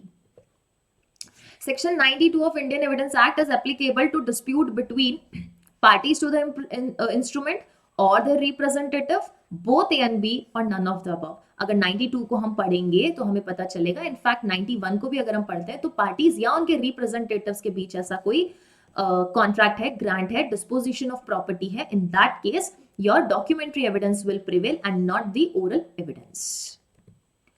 Oral evidence of fact in validating the document is admissible under, अच्छा, invalidating the document। हमने 92 में क्या पढ़ा? Oral evidence हम नहीं देंगे, लेकिन इसके कुछ एक्सेप्शंस हैं जहां पर हम ओरल एविडेंस दे सकते हैं। कितने एक्सेप्शंस है स्टूडेंट्स? 6 एक्सेप्शंस हैं, जिसमें से फर्स्ट एक्सेप्शन हमने पढ़ा था that if you want to challenge the validity of the document, कि ये किससे हुआ था? फ्रॉड से हुआ था, ये किससे हुआ था? मिस्टेक ऑफ फैक्ट से हुआ था, इंटिमिडेशन हुआ था, वहां पे हमने 5 पॉइंट्स पढ़े थे वहां पे। Then in that case oral evidence can be given as per your proviso 1 of section number 92। An estate called the Rampur Tea Estate is sold by deed which contains a map of the property sold। अच्छे से सुनना, एक state जगह को sell out किया गया था, Rampur T state, which is sold by a deed। deed मतलब राइटिंग में हो गया, clear? which contains a map of the property sold, और उसके अंदर मैप भी है, वो मैप जिसमें बताया गया है कि ये पर्टिकुलर रामपुर टी स्टेट है, ये पर्टिकुलर यहाँ पे जगह है। the fact that, अब फैक्ट क्या बोला जा रहा है? the fact that land not included in the map had always been regarded as the part of the state. अब बोल रहे हैं कि जो ये डॉक्यूमेंट था इसमें हमने जो आपको मैप दिया था उसमें ये पूरा आपको जगह दिया गया था, लेकिन इस मैप में जो जगह नहीं थी, जो मैप में जगह को रिप्रेजेंट नहीं किया गया था, वो भी इस स्टेट में आता है. Can this be said? Not included in the map had always been regarded as the part of the state and was meant to be passed by the deed. Can this fact be proved or not proved? Logic लगाओ simple से अच्छे से. मैंने एक आपको अपना property sold किया जिसमें आपको मैप में दिखाया कि ये वाला जो प्लॉट है ये आपको सेल किया जा रहा है. Okay, this plot is being sold to you. अब जो मैप था उसमें मैंने ये वाला प्लॉट दिखाया ही नहीं और अब मैं कह रही हूं कि नहीं नहीं, आपने तो ये भी बोला था ना. अब आप ये बोल रहे हो कि मैम नहीं, आपने तो ये भी बोला था कि ये जो मैप में ये पोर्शन जो विजिबल नहीं है, दिख नहीं रहा है, जो कि मैप का एक हिस्सा नहीं था, वो भी आपके इस स्टेट के अंदर ही आता और ये भी आपको सेल किया गया साथ में. आप ये बोल रहे हो कि मैम आपने तो ये बोला. This is wrong. Now you can not से जो चीज मैप में थी, जो चीज मैप में दर्शाई गई है, दिख रही है, सिर्फ आप उसी को प्रूव करेंगे. You can not prove that part of the map which was not the part of the state. उस मैप में ऑलरेडी इंक्लूडेड ही नहीं था ना वो स्टेट पहले से. आप उसका प्रूफ नहीं दे सकते कि यस मैम ये भी आपके स्टेट में था, ये भी आपको ही हमने बेचा है. This can not be said. Okay, so this can not be proved. A and B make a contract in writing that B shall sell a house to be paid on for a delivery. Okay. At the same time, they make an oral agreement that 3 months credit shall be given to A. क्या बोला? 3 महीने का advance आप हमें देंगे. Can evidence of this oral agreement be given in court? A ने B को B shall sell A house. तो घर किसने बेचा? B ने A को बेचा. और यहां पे ये बोला है in writing that B shall sell A house. ठीक है. Who is the seller? Seller is B. And who is the buyer? Buyer is Mr. A. To be paid on delivery. At the same time, they make an oral agreement that 3 months credit shall be given to A. कि 3 महीने के लिए credit हम आपको देंगे, मतलब 3 months के लिए हम आपको पैसा देंगे. Can evidence of this oral agreement be given in court? A और B के बीच एग्रीमेंट है ऐसा. देखो ओरल, अब इनके बीच ओरल एग्रीमेंट हुआ है, बाद में कोई ओरल एग्रीमेंट हुआ है. Yes, by A against the third party. अब ए कोई सी है एक पार्टी, थर्ड पार्टी के अगेंस्ट ये एविडेंस क्यों देगा? Yes, by B against B और vice versa. Yes, by a third party against A और B. Yes, by third party only if he is affected against A or B. So as per your section number 99, D is going to be the right answer. A और B के बीच मुझे simple सा ये चीज बताओ, इस घर को लेने का कॉन्ट्रैक्ट हुआ है ना एक पर्टिकुलर, ये 3 months का जो क्रेडिट है, ये 3 months का जो ओरल एग्रीमेंट है क्रेडिट देने के लिए, कुछ अमाउंट एक्सचेंज करने के लिए, इसका इस कॉन्ट्रैक्ट से कोई लेन देन नहीं है. बट इस ओरल एग्रीमेंट से रिलेटेड अगर किसी को एविडेंस देना है, who can be that person? That can B this third person, जो कि ए और बी के इस वाले ओरल एग्रीमेंट से अगर इफेक्ट होता है, then in that case the stranger can give the evidence against the parties to another contract. Okay, provided कि वो इफेक्ट होना चाहिए. Question number 9, it says oral evidence is not admissible to clarify the language used in document when the language is ambiguous or defect on face of it, plain but not applying to the facts. Okay, plain but applying to 2 set of the facts related with the terms of regional nature. So if we go according to section number 93, it says that now you cannot give oral evidence to clarify that the language that was used in the document is ambiguous or defective. Another question. When the language used in a document is on its face ambiguous or defective, dash of a facts which would show its meaning or supply its defect. तो आप क्या evidence दे सकते हो इस case में? Evidence may be given, oral evidence may be given, documentary evidence may be given, और evidence may not be given. So as per your section number 93, ऐसा कोई भी document है जो at the face of it, that is patent ambiguity, not latent ambiguity, patent ambiguity, ambiguous और defective है, evidence may not be given. तो यहाँ evidence नहीं दिया जाएगा. A agrees to sell B his white horse in writing. A has 2 white horses and it becomes uncertain as to which horse he sold. 2 horse थे इसके पास white, मैंने आपको एग्जांपल दिया था, right? Here in the document there is patent ambiguity, latent ambiguity, no ambiguity और none of the above. क्या पहले से ही ये एम्बिग्विटी क्लियर थी? Answer is no. ये एम्बिग्विटी बाद में अराइज हुई है, so it is your latent ambiguity. बाद में अराइज हुई ना, पहले से होती तो वो हमारा सेक्शन नंबर 93 में चला जाता, ये हमारा सेक्शन नंबर 96 में जाएगा. Should I show you the diagram again? Yes, 96. मैंने यहाँ पे हॉर्स का एग्जांपल दिया था आपको. Okay, coming to the next question. A sculptor agrees to sell B all my mods. A has both models and tools. Whether evidence can be adduced to show his intention? उसके पास models भी हैं and tools भी हैं, लेकिन ए ने क्या बोला कि वो बी को ऑल माई मॉड्स बेच देने की कोशिश कर रहा है. सो यहां पे इस मॉड्स को एक इलेजिबल कैरेक्टर माना गया है. इलेजिबल कैरेक्टर माना गया है. See these questions are directly from your illustrations. Illustration से डायरेक्ट क्वेश्चन आए हैं. अगर इलस्ट्रेशन नहीं पढ़ोगे तो सॉल्व नहीं कर पाओगे, because not necessary that every student knows the meaning of mods. Mods क्या होता है हर स्टूडेंट को नॉट नेसेसरी पता. ये अगर आपने इलस्ट्रेशन पढ़ा है तो इसका कॉन्टेक्स्ट समझ पाओगे. Okay, this is a special type of instrument used for your sculptures to carve anything or to make any sculpture. Okay, so the right answer is that. Can it be given?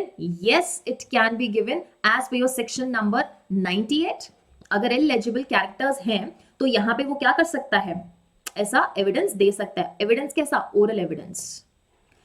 Latent ambiguity is a document. In a document, it is in a document means ambiguity not subject to clarification by oral evidence. Latent ambiguity क्या है? बाद में arise हुई ambiguity क्या है?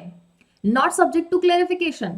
Apparent on the face. अरे apparent होता तो patent ambiguity हो जाता ना. और latent ambiguity में तो हम oral evidence दे सकते हैं of hidden character and the clarification for which oral evidence may be given. D is not allowed to prove by the oral evidence. So the right answer is going to be C. Now let's come to the burden of proof, जो कि एक important segment रहता है. Section number 101 से 114 है. ये अति important part रहता है आपके इंडियन एविडेंस एक्ट में आफ्टर रेलेवेंसी ऑफ कैरेक्टर. इस सेगमेंट को छोड़ा तो शायद मैं कहूंगी कि एक बहुत प्यारा और इजी सेगमेंट था जिसको आपने छोड़ा, नंबर गवाए. So requesting you all student not to forget this segment, that is chapter number 7. मुश्किल से यहाँ पे आपके पास 16 से 17 सेक्शंस होंगे. 16 से 17 क्यों? Because we have 111A, we have 113A, B, 14A, है ना, तो उसकी वजह से हमारे नंबर ऑफ सेक्शंस थोड़े बढ़ जाते हैं. ठीक है, so I have got a table for you जहां पे हम लोग टेबल के थ्रू इसको समझेंगे और क्या क्या चीज इंपॉर्टेंट है वो टेबल में मेंशन है. So you can download this PDF और collect the PDF by downloading your PW app. वहां जाके नीति बैच को एनरोल करेंगे, ये PDF आपको मिल जाएगी followed by DPP in the session over there. Okay, पहले ये देखो बर्डन ऑफ प्रूफ का मतलब क्या है. मतलब सबूत का भार. अगर मैं कुछ कह रही हूं कोर्ट में तो क्या मैं ऐसे ही कह दूंगी court is going to believe me? Answer is no. Court is going to say ma'am if you are saying something, if you want that we should believe you, then prove it. सबूत लाइए, साबित कीजिए. तो ये साबित करने का भार किसके ऊपर है? One who alleges. जो बोल रहा है उसी को प्रूव करना है. Now if you say that no PWT, ma'am ने तो आपकी क्लास ही नहीं ली, देन प्रूव इट कि मैम ने उस दिन क्लास नहीं ली. प्रूव इट दैट मैम का वीडियो नहीं है यहाँ पे. And if I say no I took the class, then I am going to prove that see this video is there on the particular date. ये ऐसा video premiere record या live हुआ था. Clear point. So burden of proof है कि अगर आप कुछ बोल रहे हो तो प्रूफ किसने करना है? आपने प्रूफ करना है. अब बर्डन ऑफ प्रूफ का डेफिनेशन 101 में दे रखा है कि बर्डन ऑफ प्रूफ का मतलब क्या है बेसिकली. तो उन्होंने मतलब नहीं बता के ये बोला है कि प्रूफ करेगा कौन. प्रूफ करेगा कौन? इन्होंने बोला who desires court to give judgment on the existence of the fact which he asserts. जो चाहता है कि कोर्ट डिसीजन दे उस फैक्ट्स के बेसिस पे जो कि वो असर्ट कर रहा है, वो बोल रहा है. तो जो बोल रहा है he will prove that वो फैक्ट एग्जिस्ट करता है जो वो बोल रहा है. If I am saying that I have taken the class and if I want the court to believe me that or give the judgment on the basis of the fact that I'm alleging, और fact मैं क्या allege कर रही हूँ कि मैंने उस दिन क्लास ली थी, तो burden of proof क्या है, मेरे ऊपर है that I need to prove it. I need to prove. Okay, so this is said to be the burden of proof. Now 102 में बोला है burden of proof lie किस पे करेगा. Remember this thing. 101 एंड 102 में फर्क है. डो नॉट से कि 101 भी तो यही बोल रहा है कि बर्डन ऑफ प्रूफ किस पे लाई करता है. नहीं, वो एक्चुअली डिफाइन करने की बर्डन ऑफ प्रूफ होता क्या है. तो उन्होंने जो फैक्ट असर्शन की बात की है ना, इससे पता चल गया है कि बर्डन ऑफ प्रूफ एक्चुअली किस चीज का होता है और किस पर्सन के ऊपर होता है. ये बोल रखा है हमें 102 में. It says burden of proof उस पार्टी पे लाई करेगा जो कि who will fail if no evidence is produced by the other party, जो कि फेल हो जाएगा, जो कि लॉस में जाएगा अगर कोई एविडेंस प्रूफ नहीं किया गया है. तो for example I am saying that I have taken the class but if I do not produce the evidence, मैं फेल हो जाऊंगी ना. फेल इन द सेंस मेरा लॉस हो जाएगा ना, I will lose the case. Okay, so burden of proof उस person को होता है. एक वर्ड होता है onus of proof. Onus of proof, onus एक तरीके की ड्यूटी होती है कि आप ड्यूटी बाउंड हो कि आपको प्रूफ करना है. So this is difference between burden of proof and onus of proof. Onus of proof में कहीं ना कहीं हम कह सकते हैं कि मैंडेटरी ऑब्लिगेशन है आपके ऊपर प्रूफ करने के लिए. This we will be dealing when we deal the mains aspect. तो वहां पे अच्छे से टैबुलर फॉर्म में एक डिफरेंशिएशन करेंगे. अगर प्रिलिमिनरी पॉइंट से आता है कि what is meant by onus of proof, it means simply the duty to proof. Okay, now let's see what are the questions that we have. Then we are going to discuss the whole table और फिर हम वापस से और कुछ questions पे आएंगे. Basic चीजें देखते हैं क्या हमारे पास है. In which chapter of Indian Evidence Act provision regarding burden of proof was codified or are codified? 4, 5, 6, 7. It is your chapter number 7.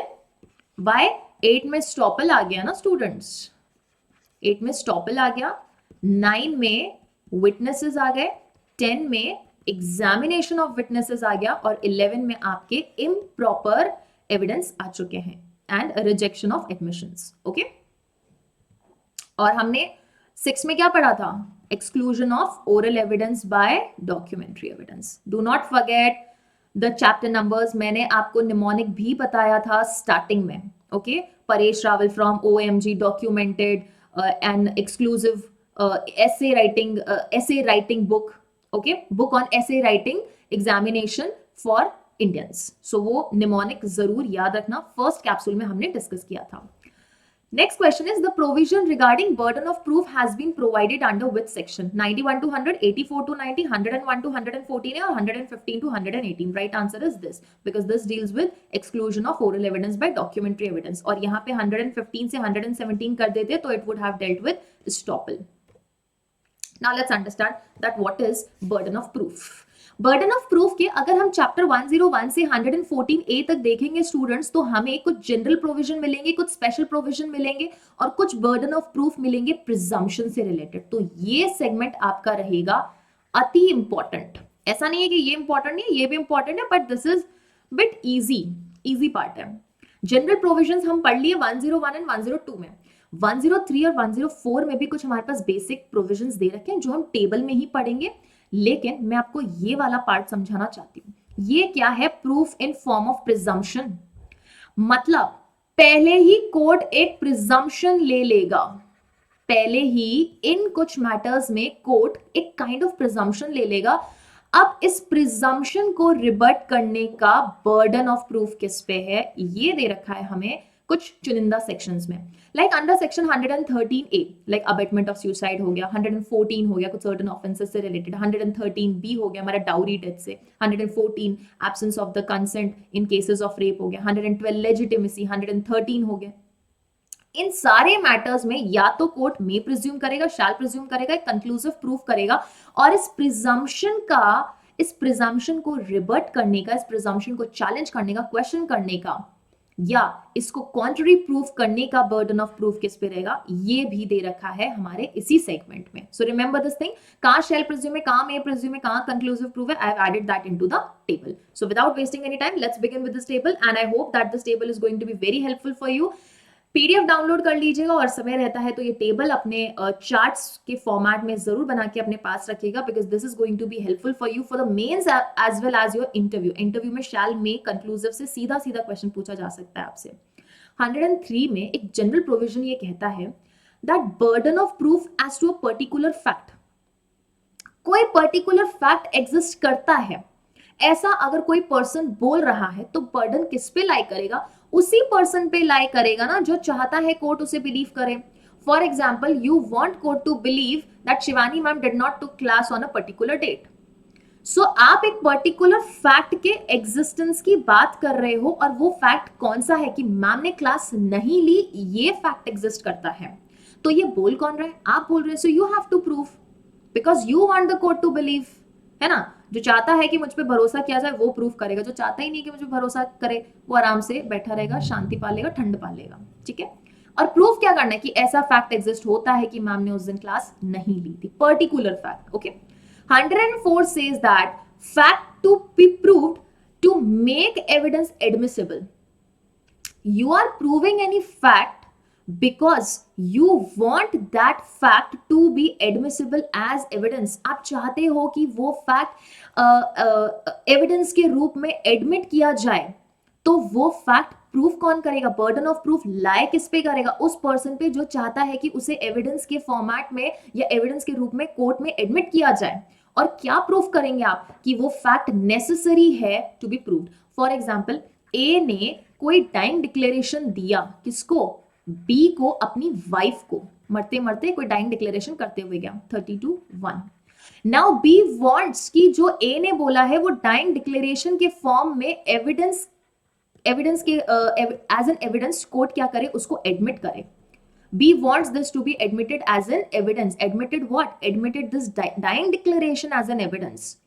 तो इस फैक्ट को कि ये फैक्ट डाइंग डिक्लेरेशन के फॉर्म में एक्सेप्ट हो, बी को ये प्रूव करना पड़ेगा ना कि ए की डेथ हो गई है और ए ने ऐसा डाइंग डिक्लेरेशन मुझे दिया था, और ए की डेथ हो गई है और ए ने जो स्टेटमेंट दिया, now this amounts to dying declaration, ये कौन प्रूव करेगा, B is going to prove. क्यों वो प्रूव कर रही है, क्योंकि अब वो डाइंग डिक्लेरेशन स्टूडेंट्स एडमिसिबल है। हम 103 में सिर्फ फैक्ट के एग्जिस्टेंस के बारे में बता रहे थे, 104 में हम उस फैक्ट को एज एन एविडेंस रिकॉर्डिंग के पर्पस से एडमिसिबल बता रहे हैं। हम चाहते हैं कि जो फैक्ट हम कोर्ट में प्रूव कर रहे हैं उसे court as an evidence admit करे। अगर आप ये चाहते हैं then you need to prove it. The person who wishes the court की विशेस कि ये फैक्ट को हम एज एन एविडेंस लें तो उसे ही प्रूव करना है। Clear. 105 case of accused falls within the exceptions of IPC. If any offense has been done by any person, for example मैंने कोई offense किया, किसी को थप्पड़ मार दिया, ठीक है। वैसे मैं मारती नहीं, आई am a very calm person, बहुत से पेशेंट्स हैं आई होप, ठीक है। चलो सुनो अब अच्छे से। अगर कोई पर्सन किसी को थप्पड़ मार दिया, फॉर एग्जाम्पल मेरा एग्जाम्पल है, मैंने किसी को थप्पड़ मार दिया, धो दिया, अच्छे से गुस्सा आया था, धो दिया। अब हुआ ये कि इतना ज्यादा धो दिया कि मुझ पे लग गए अच्छे खासे charges. Now the fact that I want to plead into the court that sir सुनिए, उस वक्त I was following in the exceptions, I was of unsound mind, मैं अनसाउंड माइंड की थी। I want court to believe that I was of unsound mind when I slapped और hit that person और shoot that person और shot that person. Then in that case वो burden of proof उस accused पे लाए करेगा, मुझ पे लाए करेगा, और प्रूफ क्या करना है that my case falls within the exceptions of IPC. Unsound mind person कहां है, कमेंट सेक्शन में फटाफट से बताओ। तो मुझे वहां प्रूफ करना है दैट ये केस मेरा अनसाउंड माइंड में, अनसाउंड माइंड उस वक्त थी। एक्सेप्शन आपके अक्यूज को बताना है।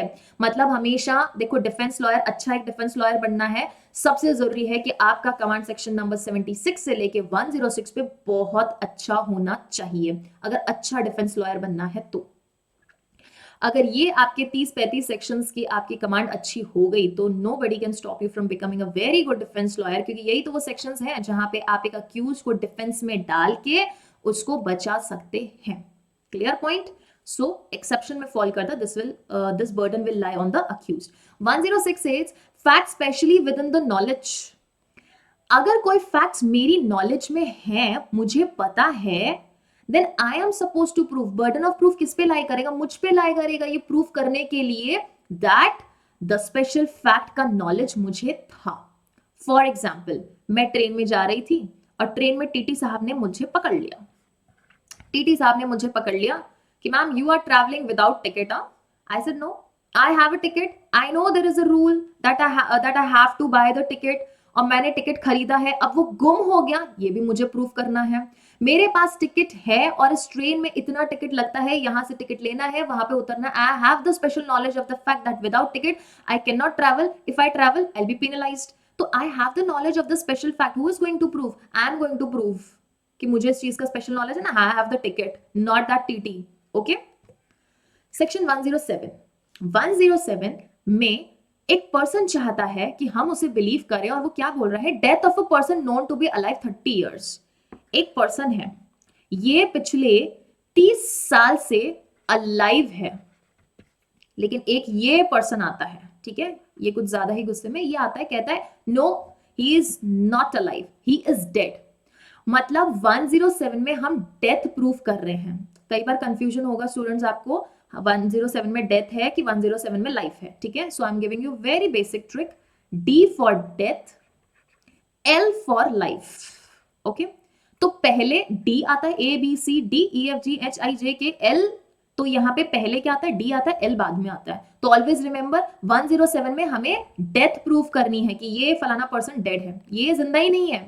तो बर्डन ऑफ प्रूफ उस पर्सन पे लाएगा जो जाएगा जो कहता है that this person is dead. To prove what? That the person is dead and he is not alive from last 30 years. मर चुका है, पिछले 30 सालों में किसी ने देखा नहीं, किसी ने सुना नहीं। ओके, प्रोवाइडेड वो 30 इयर्स का पॉइंट होना चाहिए, जो पिछले 30 इयर्स से देखा जा रहा है अलाइव है, सब लोग बोल रहे हैं हाँ जिंदा है, लेकिन आपने प्रूफ करना 30 इयर्स से मरा हुआ है। 108 says life of the person not heard for 7 years, मतलब यहाँ उल्टा प्रूफ करना है। एक पर्सन आता है, कहता है, ये एक वाइफ है, ओके, ये वाइफ है, आती है, कहती है that see my husband is alive from last 7 years। आप उसका हिस्सा किसी और को कैसे दे सकते हो? He is alive.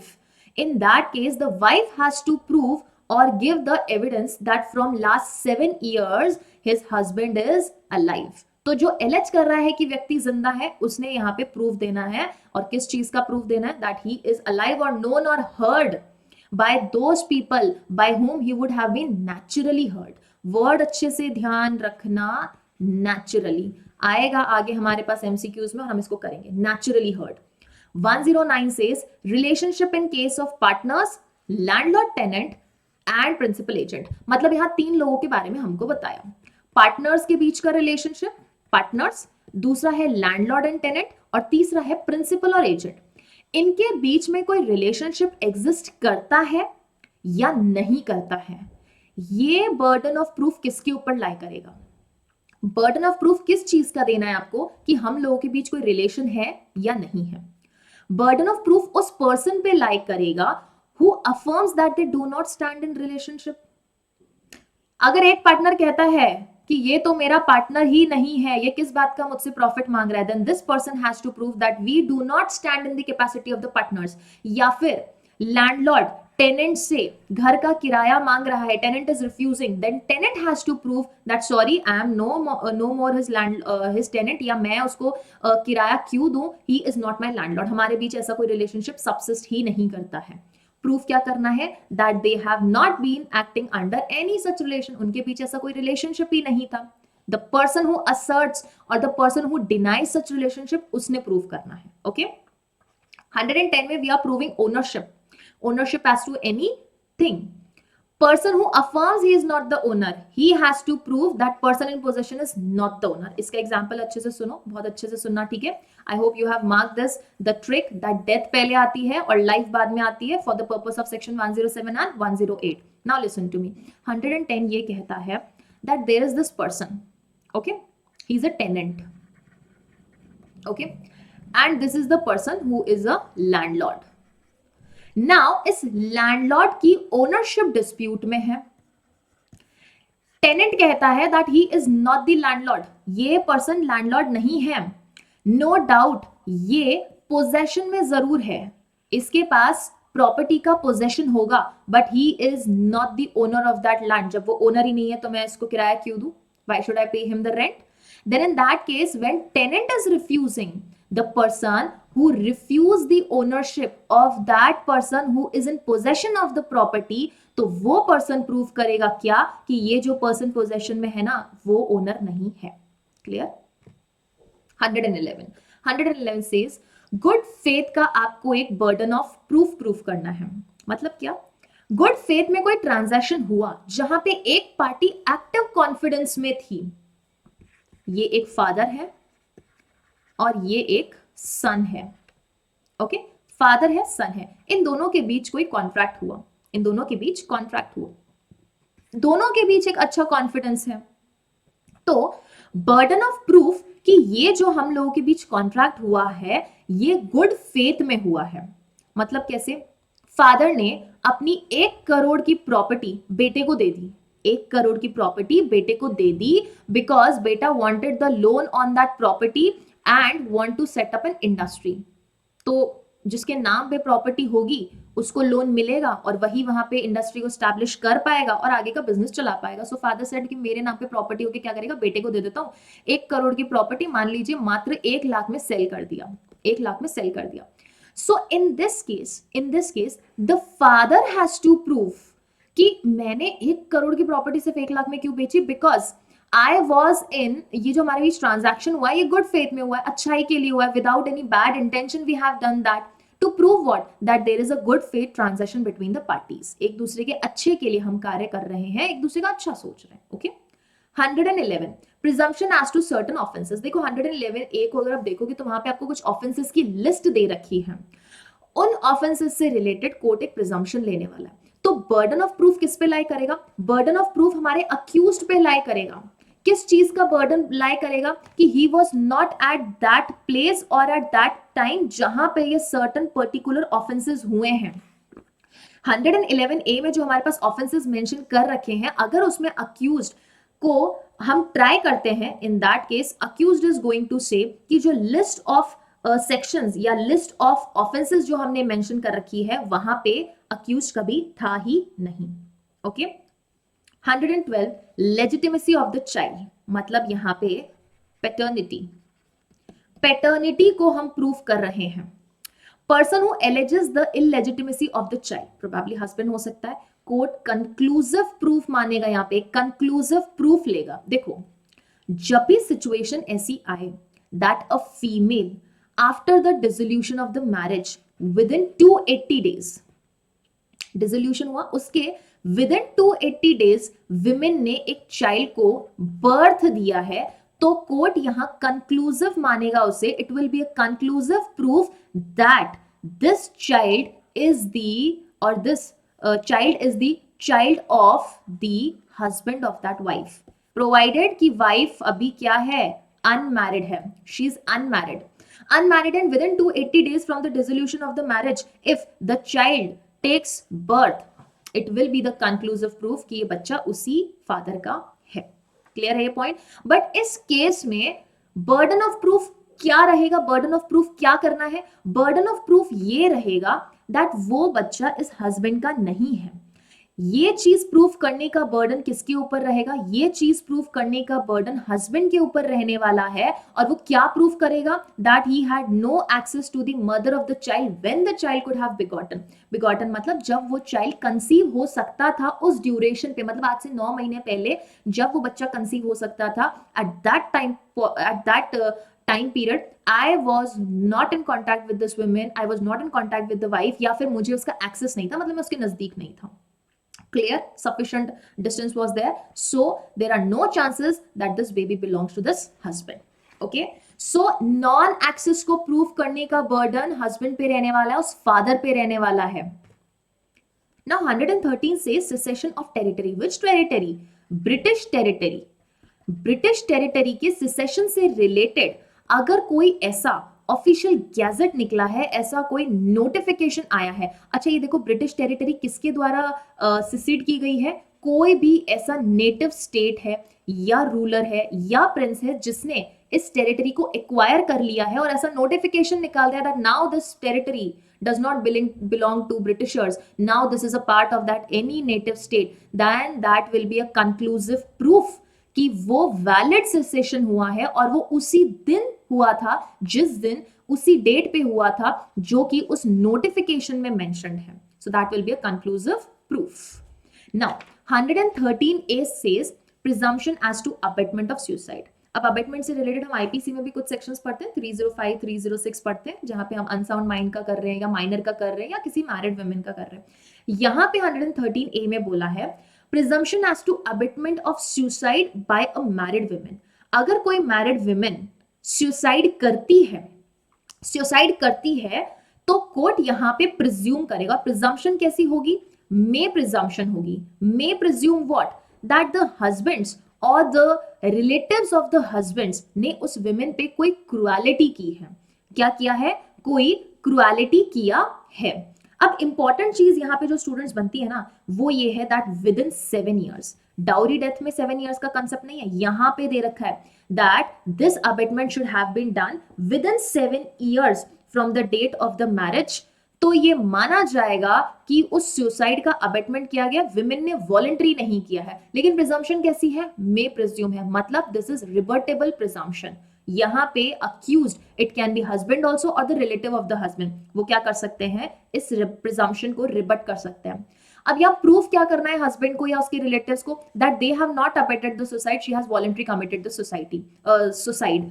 ये जो क्रुएलिटी हमसे जो बोला जा रहा है कि हमने क्रुएलिटी किया इस वजह से she committed the suicide, that is completely wrong and cruelty this means 498 of IPC. Clear point? Now we will move on to another section that is 113B, जो की बात करता है presumption as to dowry death. Dowry death जो कि कहां दे रखा है हमें? 304B ऑफ आईपीसी में भी दे रखा है, और इस डाउरी के बारे में हमें बताया है डाउरी प्रोहिबिशन एक्ट में। वहां पे डाउरी डेथ के बारे में मेंशन नहीं किया है, they have mentioned about giving and taking of the dowry, और demand of the dowry is also punishable as per section number 3 and 4। Clear है? तो यहाँ पे पॉइंट क्या बनता है कि अगर सवाल ऐसा आता है कि किसी पर्सन ने एक विमेन की डाउरी डेथ कॉज की है या नहीं कॉज की, और ये दिखाया जा रहा है कि soon before the death she was subjected to cruelty for the purpose of demand of dowry, की मतलब क्रुएलिटी हुआ है किस लिए? डाउरी की डिमांड के लिए हुआ है, तो ये माना जाएगा that that person has committed dowry death. And ये बर्डन ऑफ प्रूफ किस पे होगा?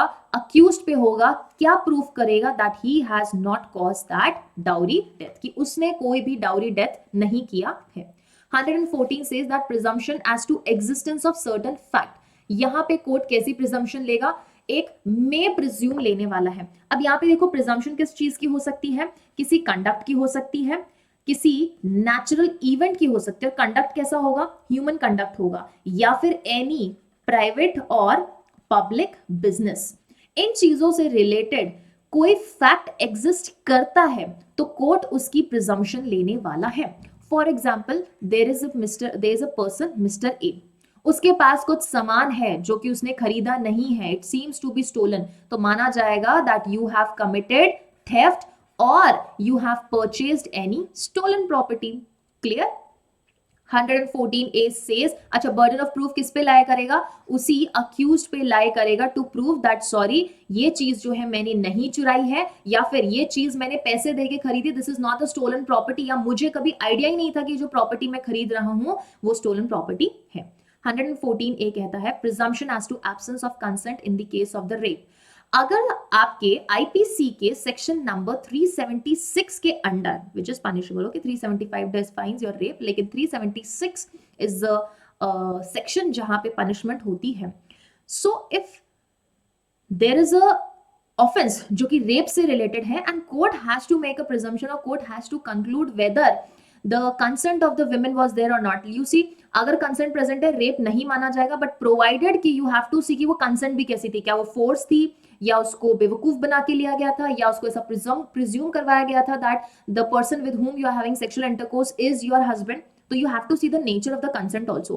बट 114A सेज कि अगर ऐसा प्रिजम्पशन लेना है कि रेप हैज बीन कमिटेड और नॉट, और the consent, not rape but the consent of the women was there or not, then that will be a not conclusive, court shall presume, not a conclusive proof, okay, remember that, do not commit this mistake, court shall presume that the consent of the women was absent।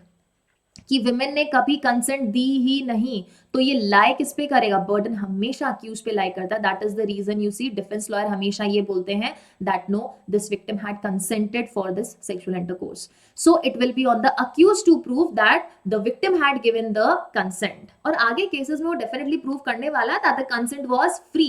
किसी प्रकार का inducement या theft या miss representation या कोई ऐसा गलत believe करवा के सेक्सुअल इंटरकोर्स नहीं हुआ था. So this was regarding your burden of proof. Very important chapter, इसको आप नहीं भूल सकते हो. ओके यस, उससे भी ज्यादा ये सेक्शंस इंपॉर्टेंट रखेंगे आप. This chart may presume 113A that is abatement of suicide and 114 as to existence of certain facts. okay 100. अच्छा, ये वाला जो certain facts है ना, ये इससे अलग है. ये 103 के पर्टिकुलर फैक्ट से अलग है. ये पर्टिकुलर फैक्ट्स तो यू आर स्टेटिंग कि ऐसा एग्जिस्ट करता है. 114 में कोर्ट खुद से ये प्रिज्यूम करेगा कि ऐसा कोई ह्यूमन कंडक्ट है, ऐसा कोई प्राइवेट या पब्लिक बिजनेस टेक प्लेस कर रहा है. ओके अगर शैल प्रिज्यूम की बात करें, 113B dowry death, absence of consent, and 111A that is existence of any presumption as to certain offenses which है disturbance से हो सकता है, criminal conspiracy से हो सकता है, आपके sedition से related हो सकता है. conclusive proof में बात करें तो 113 that is your 112 that is legitimacy से डील करता है, और 112 जो कि cessation of territory से डील करता है. conclusive proof वो दो केसेस में होगा. now let's come to the questions, जहां पे हमारे पास पहला क्वेश्चन burden of proof से related है कि section 112 provides for what? presumption of life, marriage, death, or legitimacy. It talks about presumption of legitimacy. In which of the following accomplice is declared to be a competent witness? It is declared under 113. But always remember students, 133 and 114 के illustration B का एक connection है. 113 says accomplice is a competent witness. क्या है? He is a competent witness against a co-accused. जहां पे दो लोग ऑफेंस कर रहे थे, तो उसका जो accomplice है, who helped him, okay, who is also co-accused, उसका जो statement होने वाला है, that is relevant or that is admissible, or he will be going to, or he is a competent witness against co-accused. लेकिन 111B ये कहता है that, अच्छा 113 में एक और बात बोली गई है, and if conviction takes place upon the uncorroborated testimony of this accused. मतलब accused ने जो बोला, जो उसने टेस्टिफाई किया है, उसको आपने कोराबोरेट नहीं किया, उसकी पुष्टि नहीं की, और उस बेसिस पे अगर कन्विक्शन हो गया है इसको अक्यूज्ड का, तो वो इनवैलिड नहीं होगा, वो लीगल होगा, ऐसा 133 कहता है. बट 114B ये कहता है that accomplice is unworthy of credit,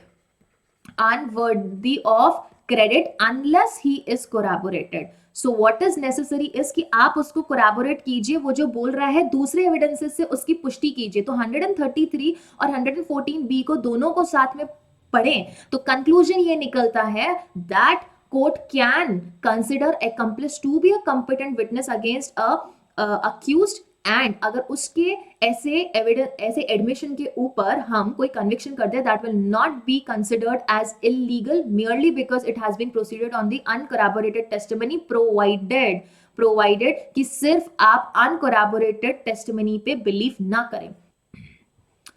In a suit or proceeding lies on that person who would fail if no evidence at all were given on either side. This provision is contained in which of the sections of Indian Evidence Act? 102. Am I right? Yes. Fail word दिखते ही go for 102. The principle that the possession is prima facie proof of ownership is given under which section? 110. 110 ही बात करता है. 110 ही यही कहता है ना कि अगर ओनरशिप का हमें प्रिजम्पशन लेना हुआ तो हम ये मानेंगे कि कोई पर्सन एक पर्टिकुलर जगह का क्या था, ओनर था. ओके ओके 109 किससे डील करता है? 109 डील करता है existence as to relationship between the partners, landlord tenant as well as principal agent. Okay 111 किससे डील करता है? Transaction made in good faith. 110 ownership से डील करता है. 112 डील्स विद लेजिटिमेसी. सो अगर हमारे सामने एक ऑप्शन आया है, हमने 4 सेक्शन को रिकॉल कर लिया है. Legitimacy of the child born during valid marriage is presumed under which of the provisions of Indian Evidence Act? It is section number 112. क्योंकि 114 किससे डील करता है? एस्टॉपल से. 113 किससे डील करता है? सेसेशन से डील करता है. 113 सेसेशन. 114 किससे डील करता है? Certain फैक्ट्स की एग्जिस्टेंस से डील करता है. Okay. Which one of the following is not the prerequisite of presumption as to dowry death under 113B? आइए देखते हैं कौन कौन से वो prerequisites हैं जो कि dowry death के connection में court presume करेगा. Victim was subjected to cruelty or harassment by husband or relative. Yes, absolutely correct. इन्होंने बोला is not. Okay. Victim had illicit relationship with other man or other person. The cruelty or harassment was in connection with the demand of the dowry. Absolutely. 113B किससे deal करता है? Dowry death से deal करता है. And which should be read with 304B of IPC. It was done within 7 years of marriage. You might get कि ma'am 113 में 7 years क्या, but they have clearly mentioned 304B of IPC के साथ पढ़िए which says 7 years के अंदर अंदर वो डेथ होनी चाहिए. ओके, 7 years ऑफ मैरिज के अंदर. इसीलिए जब मैंने आपको पढ़ाया था तब बोला था कि जब आप 113A पढ़ोगे ना, अबेटमेंट ऑफ सुसाइड, तो अबेटमेंट ऑफ सुसाइड में आपको इंडियन एविडेंस एक्ट में 7 years जरूर दे रखा है. 7 years जरूर दे रखा है. लेकिन अगर आप 113B की बात करोगे, इंडियन एविडेंस एक्ट में 7 years नहीं दे रखा है, बट 304 ऑफ आईपीसी में जरूर 7 years दे रखा है. So right answer is going to be B, कि उसके किसी के साथ इलिसिट रिलेशनशिप है नहीं है, उससे कोई फर्क नहीं पड़ेगा, वो डाउरी डेथ प्रिज्यूम किया जाएगा, प्रोवाइडेड कि वहां पे उसको हैरेस किया गया है या क्रुएलिटी की गई है और इसे डाउरी की डिमांड की गई है. Match the list. Burden of proof कहां डिफाइंड है स्टूडेंट्स? 101 में. सो ए का हो गया 4. On whom burden of proof lies? B का हो गया 3. Burden of proof as to particular facts 2. C का हो गया 2. Burden of proving facts specially within knowledge is 106. 1. 4 3 2 1. 4 3 2 1. C is the right answer. Which one of the following section of Indian Evidence Act has been inserted by Dowry Prohibition Amendment Act 1986? It is your 113B. Okay. चलेंगे आगे, जहां पे आगे हम पढ़ने वाले हैं. The principle of proving beyond reasonable doubt applies to criminal only, civil only, evidence law और both civil and criminal. It is only and only a criminal proceeding beyond reasonable doubt. Okay. The burden of proof in a suit or proceeding lies on that person who would fail if no evidence at all were given on the either side. Fail word आ गया है, that means it is given under section 102. A prosecuted B for theft and wishes the court to believe that B admitted the theft to C. Who shall prove the admission? यहाँ कौन admission को prove करेगा? A ने B को prosecute किया है for theft and wishes the court to believe that B admitted the theft to C. तो burden of proof किस पे होगा? A पे होगा, because he is saying कि B ने C के सामने admission किया है. C तो कुछ बोल ही नहीं रहा है. Okay? A wishes to prove dying declaration of B. A must prove B's death. Which section of Indian Evidence Act provides this? So 32, 103, 104 or 105. According to me, it will be 104. That is C is going to be the right answer. क्यों? क्योंकि 104 में बोल दिया ना that if you want to prove or if you want the court to believe that जो आप fact दे रहे हो that should be admitted as evidence. That should be admitted as an evidence. Then you prove it that why we should consider it to be an evidence. Okay. A wishes to prove dying declaration by B. The burden of proof that B is dead is on whom? जब आप बोल रहे हो कि B ने जो statement दिया उसको डाइंग डिक्लेरेशन के फॉर्म में एक्सेप्ट कीजिए, तो ये भी तो प्रूफ कीजिए कि B is dead. और ये प्रूफ कौन करेगा? B is dead वही प्रूफ करेगा जो बोल रहा है कि B का स्टेटमेंट डाइंग डिक्लेरेशन के फॉर्म में लीजिए. तो यहाँ पे B is dead ये किसके ऊपर ऑब्लिगेशन आएगा? A के ऊपर. He has to prove as per section 104. It is 0. Okay, 104. Burden of proving existence of exception is put on accused by Indian Evidence Act under which section? Exception under what? Exception under IPC. कहाँ से? 76 से 106. As per your section 105. Section 105 is inserted or is intended to apply to which of the following? Criminal trial, civil trial, A, B or neither? It is criminal, क्योंकि साफ साफ बोल दिया जब exceptions आप रिलाई कर रहे हो इंडियन पीनल कोड में. So Indian penal code is a criminal code. A is accused of murder, alleges that by grave and sudden provocation he was deprived of the power of self control. B denies the fact. यहां पे question में ये समझना जरूरी है that ए ने ये बोला है कि मुझ पे आपने मर्डर के चार्जेस लगाए, लेकिन I committed murder because I was given a grave and a sudden provocation. मतलब ये बात कर रहा है किसकी? एक्सेप्शन की। बी ने ये डिनाई कर दिया। लेकिन एक्सेप्शन में एक्सेप्शन को प्रेफर कौन कर रहा है या एक्सेप्शन में वो फॉल करता है, ऐसा कौन स्टेट कर रहा है? यहां पे स्टेट ए कर रहा है, तो A has to prove. The burden of proof must be shared, no. Burden of proof is on B, no, क्योंकि वो तो कुछ एलिज कर ही नहीं रहा है। Burden of proof is on prosecution, no. Burden of proof is on A. So question 25 says 105 Indian Evidence Act requires the court dash presume the absence of circumstances which brings a case within the general exceptions of IPC. Then court must, shall or may. According to 105, I think it is shall presume. Okay.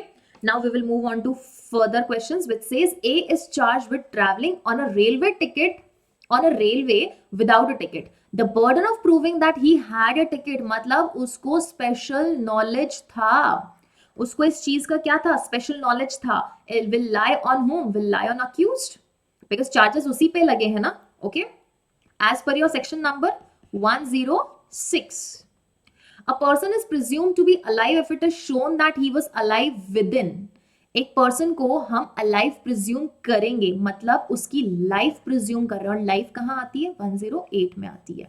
If he was alive with in 7 years, life presume कर रहे हैं, कोई भी 30 years यहां नहीं बोलेगा। Okay, because we are not presuming death, we are presuming it to be alive. Section 108 of Indian Evidence Act provides that when a man has not been heard for 7 years by those who would, मैंने word लिखा था, कौन सा word है? have heard of him if he had seen alive, the burden of proving that he is alive shifts on the person who affirms, that is जिनसे वो naturally सुना जाएगा, जिनसे वो naturally सुना जाएगा।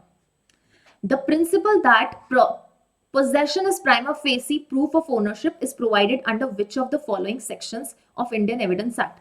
Prima facie proof of ownership 9, 11, 10 or 12. It will be 110.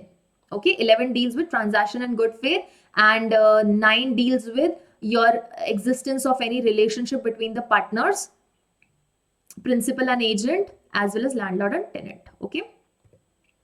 Section 111 speaks of situation where one person stands in possession of active faith, passive faith, active confidence or confidence. Right answer is active confidence. Okay.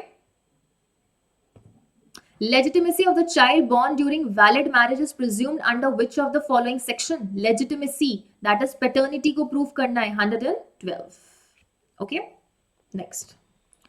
In case child is born within 280 days of dissolution of marriage, the mother remaining unmarried, the presumption of the legitimacy of the child under section 112 arises.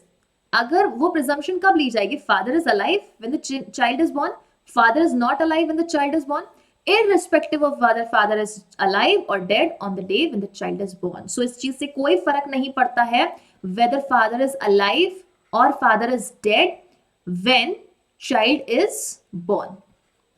कोई फर्क नहीं पड़ेगा। फर्क क्या पड़ेगा? That after dissolution के 280 days में उसने बर्थ लिया है, प्रोवाइडेड मदर रिमेन्स अनमैरिड।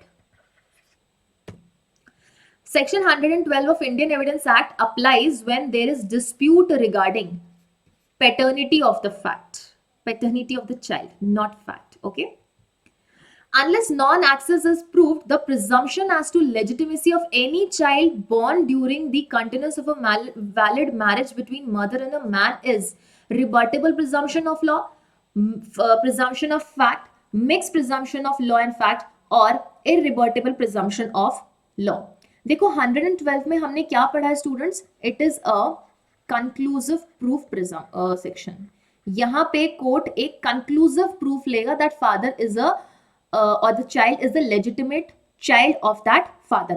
जब हम ये बोल रहे हैं कि conclusive proof है, तो conclusive proof में presumption कैसी होती है? irrebuttable होती है। हम पहले भी पढ़ चुके हैं that there are two types of presumption, rebuttable presumption and irrebuttable presumption. rebuttable presumption में may presume आता है और shall presume आता है, irrebuttable में conclusive proof आता है। okay, next, if a child is born within how many days after the dissolution of valid marriage it is the conclusive proof of the legitimacy? It is 270, 275, 280 or 285. Right answer is 280 days. Under which section of Indian Evidence Act the presumption as to abetment of suicide by a married woman is dealt? एक women की suicide का abetment Indian evidence act में बोला है, not your IPC. It is dealt under which 113A. B के लिए कोई नहीं जाएगा, B is your dowry death. Under section 113 of evidence act the court कौन सी प्रिजम्पशन लेगा, एंड अंडर 113 कोर्ट कौन सी प्रिजम्पशन लेगा? हमें पता है कि 113 में कोर्ट शैल की प्रिजम्पशन लेने वाला है, और 113 में ए में क्या है, कोर्ट मे की प्रिजम्पशन लेता है. So right answer is A. Right answer क्या रहने वाला है? A. Next, court will presume an abetment of suicide by a married woman when it is shown that she committed suicide within period of how many days और how many years of her marriage. Abetment of suicide मतलब 113A की बात कर रहा है. हमेशा ध्यान रखना, इंडियन एविडेंस एक्ट में 113A में आपको टाइम ड्यूरेशन दे रखा है 7 years, 113B में नहीं दे रखा है. उसके लिए आप 304B ऑफ आईपीसी को पढ़ेंगे. ओके, एंड 113A के लिए आप 498A ऑफ आईपीसी भी पढ़ेंगे, क्योंकि वहां पे हमें क्या बताया कि what is cruelty. So it is 7 years. In which of the following cases the court may presume under section 114 the man is in possession of the stolen goods? अच्छा, इन्होंने ना हमें इलस्ट्रेशन दिए हैं, देख लो सारे इलस्ट्रेशन आ गए हैं. UP PCSJ students focus please. Illustrations दिए हैं और हमें यहाँ पे देखना है कि कोर्ट कौन से सिचुएशन में मे प्रिज्यूम की प्रिजम्पशन लेने वाला है. That a man is in possession of goods after the theft is either the thief or he has received the goods to be stolen. The judicial and the official act have been regularly performed. The evidence could be and is not produced, would if produced be unfavorable to the person withholding it, right? और all of the above. तो इन सभी में court क्या करेगा, may presume की presumption लेने वाला है, because this relates to certain human conduct, certain event that is natural event, और certain private और public business से related presumption है हमारे पास. ओके, illustration सारे पढ़ने हैं सभी स्टूडेंट्स को. Under section 114 the court may presume existence of any fact which is thing likely to have happened or regarded being had to the common course of human events, natural events, human conduct, public or private businesses. So the right answer is all of the above. Presumption as to absence of consent in certain prosecutions for rape cases is raised by. So right answer is going to be our 114A. The presumption under 114A is an rebuttable presumption, presumption of fact, mixed presumption of fact and law, or irrebuttable presumption of law. हमने अभी बोला जब word shall दे रखा है मतलब it is rebuttable presumption and rebuttable presumption of law. Okay, now we will deal with estoppel. Estoppel दे रखा है आपको चैप्टर नंबर 8 में, which is from 115 to 117. अब estoppel का मतलब क्या होता है, सिंपल सा हमें ये समझना है. estoppel एक आपके फ्रेंच वर्ड stoop से डिराइव हुआ है, जो कहता है shut your mouth. That is to say, now you cannot deny what you have already said, ma'am. एक बार जो चीज बोल दी ना, वो आप मना नहीं कर सकते. ओके, अब ऐसी चीज हो जाए तो समस्या ही रहेगी, है ना, कि बहुत सारी चीजें हैं जो कई बार फेरबदल हो जाती हैं. ठीक है, लेकिन एविडेंस के पर्सपेक्टिव से, because doctrine of estoppel is based on the rule of evidence, it says एक बार जो चीज बोल दिया that is final. You can not flip, बार बार फ्लिप नहीं हो सकता, आप हॉस्टल विटनेस बन जाओगे. And this is based on the case of Pickard versus Sears, जो कि एक आपका इंडियन केस नहीं है, ये ध्यान रखना. यहीं से ये कंसेप्ट इवॉल्व हुआ था and slowly and steadily it entered into India also. Okay, this is an English case. Next is that it is based on principle of equity.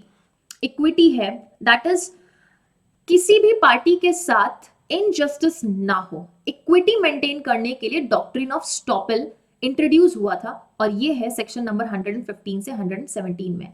This is based on a very famous legal maxim which says elegans contraria non est audiendus, which means that man alleging contradictory fact ought not to be heard. जिस person ने कुछ contradictory चीज बोल दी है, अब कोई दूसरा statement बोल दिया है, अब उसकी सुनवाई नहीं होगी. He is not a reliable person और a reliable witness. Now the court is going to throw that person out. 115 में स्टॉपल डिफाइन किया. स्टॉपल के कुछ मैंने पॉइंटर्स ब्रेक करके रखे हैं क्योंकि ऐसा सवाल आया था और उस सवाल को देखने के बाद आई रियलाइज कि इन 3 पॉइंट्स को अलग करने की आवश्यकता है. स्टॉपल में आपका ये पॉइंट रहता है कि एक पर्सन या तो किसी डिक्लेरेशन से या किसी एक्ट से या किसी ओमिशन से, ओमिशन मतलब काम कर नहीं रहा है, मतलब he was duty bound, he was duty bound but he did not perform that act, मतलब ओमिशन हो गया है. या एक्ट या डिक्लेरेशन से इंटेंशनली किसी अनदर पर्सन को बिलीव करवाता है कि जो वो बोल रहा है वो ट्रू है और उस ट्रुथ के ऊपर वो person, that is another person, act कर जाता है. क्या कर जाता है? एक्ट कर जाता है. तो ये जिस पर्सन ने ऐसा कोई स्टेटमेंट दिया है, ये बाद में या तो ये या फिर इसके रिप्रेजेंटेटिव बाद में उस ट्रुथ को डिनाई नहीं कर सकते. फॉर एग्जाम्पल, मैंने अपनी एक स्कूटी आपको दिया, ठीक है, मान लीजिएगा this is a scooty, okay. मैंने अपनी स्कूटी आपको दिया और बोला yes I am the owner of this property and give me ₹50,000. Okay, चलो सेकंड हैंड स्कूटी है 20,000, ठीक है, 20,000 में आपको स्कूटी दे रही हूँ. Now I have made you believe that yes RC मेरे नाम पे है, गाड़ी के सारे डॉक्यूमेंटेशंस मेरे नाम पे हैं. You believed on that fact. Now when I have sold that property to you, after that point I can not deny कि सॉरी ये प्रॉपर्टी तो मेरी थी नहीं, ये किसी और की थी, मैंने आपको सेल आउट कर दी. Now you can not deny that thing. Okay, अब इसमें 116 और 117 को डिफरेंशिएट करते हुए यहाँ पे कुछ एलिमेंट्स या पार्टीज के नाम ध्यान रखने जरूरी है. जहां पे 116 ये कहता है कि स्टॉपल लगेगा एक टेनेंट पे, एक टेनेंट जो कि इमूवेबल प्रॉपर्टी के पोजेशन में है. अब वो टेनेंट कभी भी लैंडलॉर्ड का टाइटल डिनाई नहीं कर सकता. This was a tenant and he was a landlord. अब जब लैंडलॉर्ड ने ये घर टेनेंट को किराए पे दिया है रहने के लिए, तो जिस दिन वो ऐसा कॉन्ट्रैक्ट बना रहा है तो टेनेंट जब साइन कर रहा है उस प्रॉपर्टी का पोजीशन ले रहा है, that means he has accepted landlord as the owner of that property and he has also accepted the fact that landlord has the title of that property. तो जब एक बार आपने एक्सेप्ट कर लिया, आप उसके टेनेंट बन गए हो, that means you accept the title. Later on you cannot deny that sorry boss आप यहाँ के मकान मालिक नहीं हो. Same goes with the licensee. लाइसेंसी क्या कर सकता है? ओनर का टाइटल डिनाई नहीं कर सकता है. कौन सी प्रॉपर्टी? जो कि इमूवेबल प्रॉपर्टी. कई बार लाइसेंस भी बनता है, टेनेंसी एग्रीमेंट होता है और लाइसेंस भी बनता है. तो लाइसेंसी यहाँ पे ओनर की टाइटल डिस्प्यूट टाइटल को मना नहीं कर सकता, that now you have no title of that property. Okay, 117 की बात करें, 117 कहता है अगर कोई बिल ऑफ एक्सचेंज का एक्सेप्टर है या बेली है या लाइसेंसी है, किसका? मूवेबल प्रॉपर्टी का है, तो ऐसा acceptor of bill of exchange या ऐसा बेली या लाइसेंसी ड्रॉवर या बेलर और लाइसेंसर का अथॉरिटी को डिनाई नहीं कर सकते. मैंने आपको कोई बिल ऑफ एक्सचेंज दिया, आज मैंने आपको बिल ऑफ एक्सचेंज दिया, so I am a drawer, I am a drawer, you are an acceptor. So you can not deny my authority कि मैम जब आपने 1 जनवरी 2023 को ये बिल ऑफ एक्सचेंज दिया था ना, तब आपके पास अथॉरिटी नहीं थी, you were not authorise to draw this bill of exchange. You have accepted it. The moment you accepted, that means मेरी लाइबिलिटी आपकी तरफ खत्म होती है and you have accepted bill of exchange plus me as a drawer. Okay, same goes with the bailee. Bailor कौन होता है? Baler जिसने अपना कोई गुड्स को बेल किया है for the purpose of accomplishment of that particular जहां पे एक प्रॉमिस हो रहा है कि the bailey is going to return the product to the bailor or the thing to the bailor after the accomplishment of the purpose. मैंने अपनी गाड़ी, बेलमेंट का एक अच्छा सा एग्जांपल ले लेते हैं. Okay, I'll erase some of the portions so that it becomes easy for you to understand over here itself. For example, क्या हुआ कि मैंने अपनी स्कूटी एक गैराज में दिया, एक गैराज में दिया कि यहाँ पे स्कूटी क्या होगी? ठीक होगी. So I am who? I am a bailor. Mechanic is a bailee. So when bailee has accepted that movable property from me, now can he later on deny my authority over that scooty or authority over that bike, or can he refuse to give me that property saying that no ma'am it does not belongs to you? He cannot. Exceptional cases है हमारे पास, लेकिन general rule ये कहता है that he cannot deny his authority. whose authority? bill of exchange या फिर drawer की, baler की या फिर लाइसेंसर की. This is your basic concept जो आपको समझना है. Now let's see what are the questions that we have from the estoppel. Which of the following does not figure in section 115 while dealing with applying the principle of Stoppel? This is the reason मैंने 115 में आपको तीनों words लाके दिए थे, act, commission and declaration. So कौन सा word नहीं आता? Word conduct is not there. Which one of the following under Indian Evidence Act is not a kind of Stoppel? That is a Stoppel by will, Stoppel by deed, Stoppel by conduct और Stoppel by record. Indian evidence act की बात करें तो by conduct 115 से लेके 117 में deal होता है. बाय रिकॉर्ड की बात करें section number 11 of CPC, okay, res judicata, section number 11 of CPC में फॉल करता है. अगर डीड की बात करें तो section 91 and 92 of Indian evidence act cover होता है, और विल जैसा कोई स्टॉपल नहीं है. So right answer is going to be A, क्योंकि ये इंडियन एविडेंस एक्ट में कवर नहीं होता है. Okay, next. In which of the following Indian Evidence Act provision of stoppel are given? The basic very simple answer. और अगर ऐसे questions आ जाए तो I really hope that you are able to mark the answers correct, क्योंकि ये तो chapters और titles से आते हैं, so इतना basic हम सबको आना चाहिए. Under section 116 of Indian Evidence Act, the tenant is stopped from denying the title of landlord. कब? During the continuance of the tenancy, before creation of tenancy, after the surrender of possession, or all of the above. The right answer is during the continuance of the tenancy. जब वो उसका tenant है तब वो अगर landlord का authority को या उसके टाइटल को डिनाई करता है, तब हम बोलेंगे सॉरी, अब आप you are estopped by the virtue of doctrine of estoppel. Okay, अभी तो टेनेंसी बनी ही नहीं, क्रिएशन से पहले तो जरूरत नहीं है, और जब आपने पोजेशन सरेंडर कर ही दिया तो फिर तो टाइटल का क्या ही मतलब. Okay, 62 says doctrine of stoppel. Doctrine of stoppel का क्या मतलब है?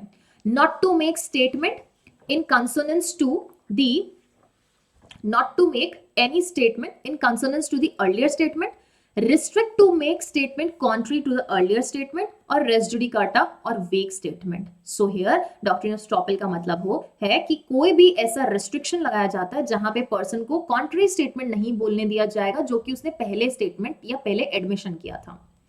116 of Indian Evidence Act applies to movable, immovable और intellectual property. 116 में हम बात किसकी कर रहे हैं? टेनेंट की बात कर रहे हैं, तो it applies to immovable property. and 117 किस पे अप्लाई करता है स्टूडेंट्स? मूवेबल प्रॉपर्टी पे. ध्यान रखना ये चीज. Sorry, not 116, 117. 16 applies to movable property and your immovable property. Okay. 116 immovable property, 117 movable property. Okay, yes. So ये था हमारे पास आज के सेशन में. अब बचा है हमारे पास इंडियन एविडेंस एक्ट का एक लास्ट कैप्सूल, जिसमें हम डील करने वाले हैं witnesses and examination of the witnesses as well as your improper admissions and rejections, improper evidences and rejections. तो ये जो लास्ट 3 चैप्टर्स हैं वो इंपॉर्टेंट रहेंगे, क्योंकि यहाँ से 1 लाइनर क्वेश्चन आते हैं, ज्यादा डेप्थ में नहीं आते हैं. इसके कुछ फ्लो चार्ट्स बना के डील करेंगे, क्योंकि काफी सारा सेगमेंट यहाँ पे रहता है, स्पेसिफिकली एग्जामिनेशन ऑफ विटनेसेस में, जहाँ पे कॉन्ट्रोडिक्टरी के बारे में, कॉन्ट्रोडिक्शन के बारे में, आपके कोलैबोरेशन के बारे में, लीडिंग क्वेश्चंस, एग्जामिनेशंस का ऑर्डर क्या रहने वाला है, तो इन या फिर हमारे स्कैलडेलियस क्वेश्चंस के बारे में हो गया, या कुछ ऐसे कैरेक्टर से रिलेटेड क्वेश्चंस है, उन सब का एक टैबुलर फॉर्म में चार्ट्स बना के पढ़ने वाले हैं. सवाल आते हैं वहां से, और क्या क्या क्वेश्चंस आ चुके हैं पहले वो सब भी डील करेंगे. आई होप ये सेशन आपको पसंद आया होगा. What you all have to do is that you have to download PW app so that you can download this PDF from there as well as collect the DPPs from there. Also join the Law Wala Telegram channel so that आपको वहां पे classes का सारा notification मिल जाए. Along with that CPC की classes, IPC की, TP की, contract की सारी क्लासेस देखना शुरू कर दीजिए, क्योंकि फटाफट से यहाँ पे कॉन्सेप्ट ब्रशअप होगा. और उसके साथ साथ जो इंपॉर्टेंट चीज है MCQ होता है स्टूडेंट्स, क्योंकि कई बार ना हम चीजों को जब पढ़ते हैं तो शायद इग्नोर करने की ऐसी टेंडेंसी हो जाती है, लेकिन वैसा ही टॉपिक का जब क्वेश्चन सामने फेंका जाता है ना, तब लगता है डर, और लगता है कि हाँ जी ऐसी चीज सच में आ सकती है, ऐसा वार हमारे सामने एग्जाम में हो सकता है. सो टू अवॉइड दैट सिचुएशन और to avoid losing any marks, make sure that you attend more and more of MCQs. जितना हो सकता है MCQs attend करें. So that was all from my side in this session. Now we will meet in another new session. Till then, thank you so much.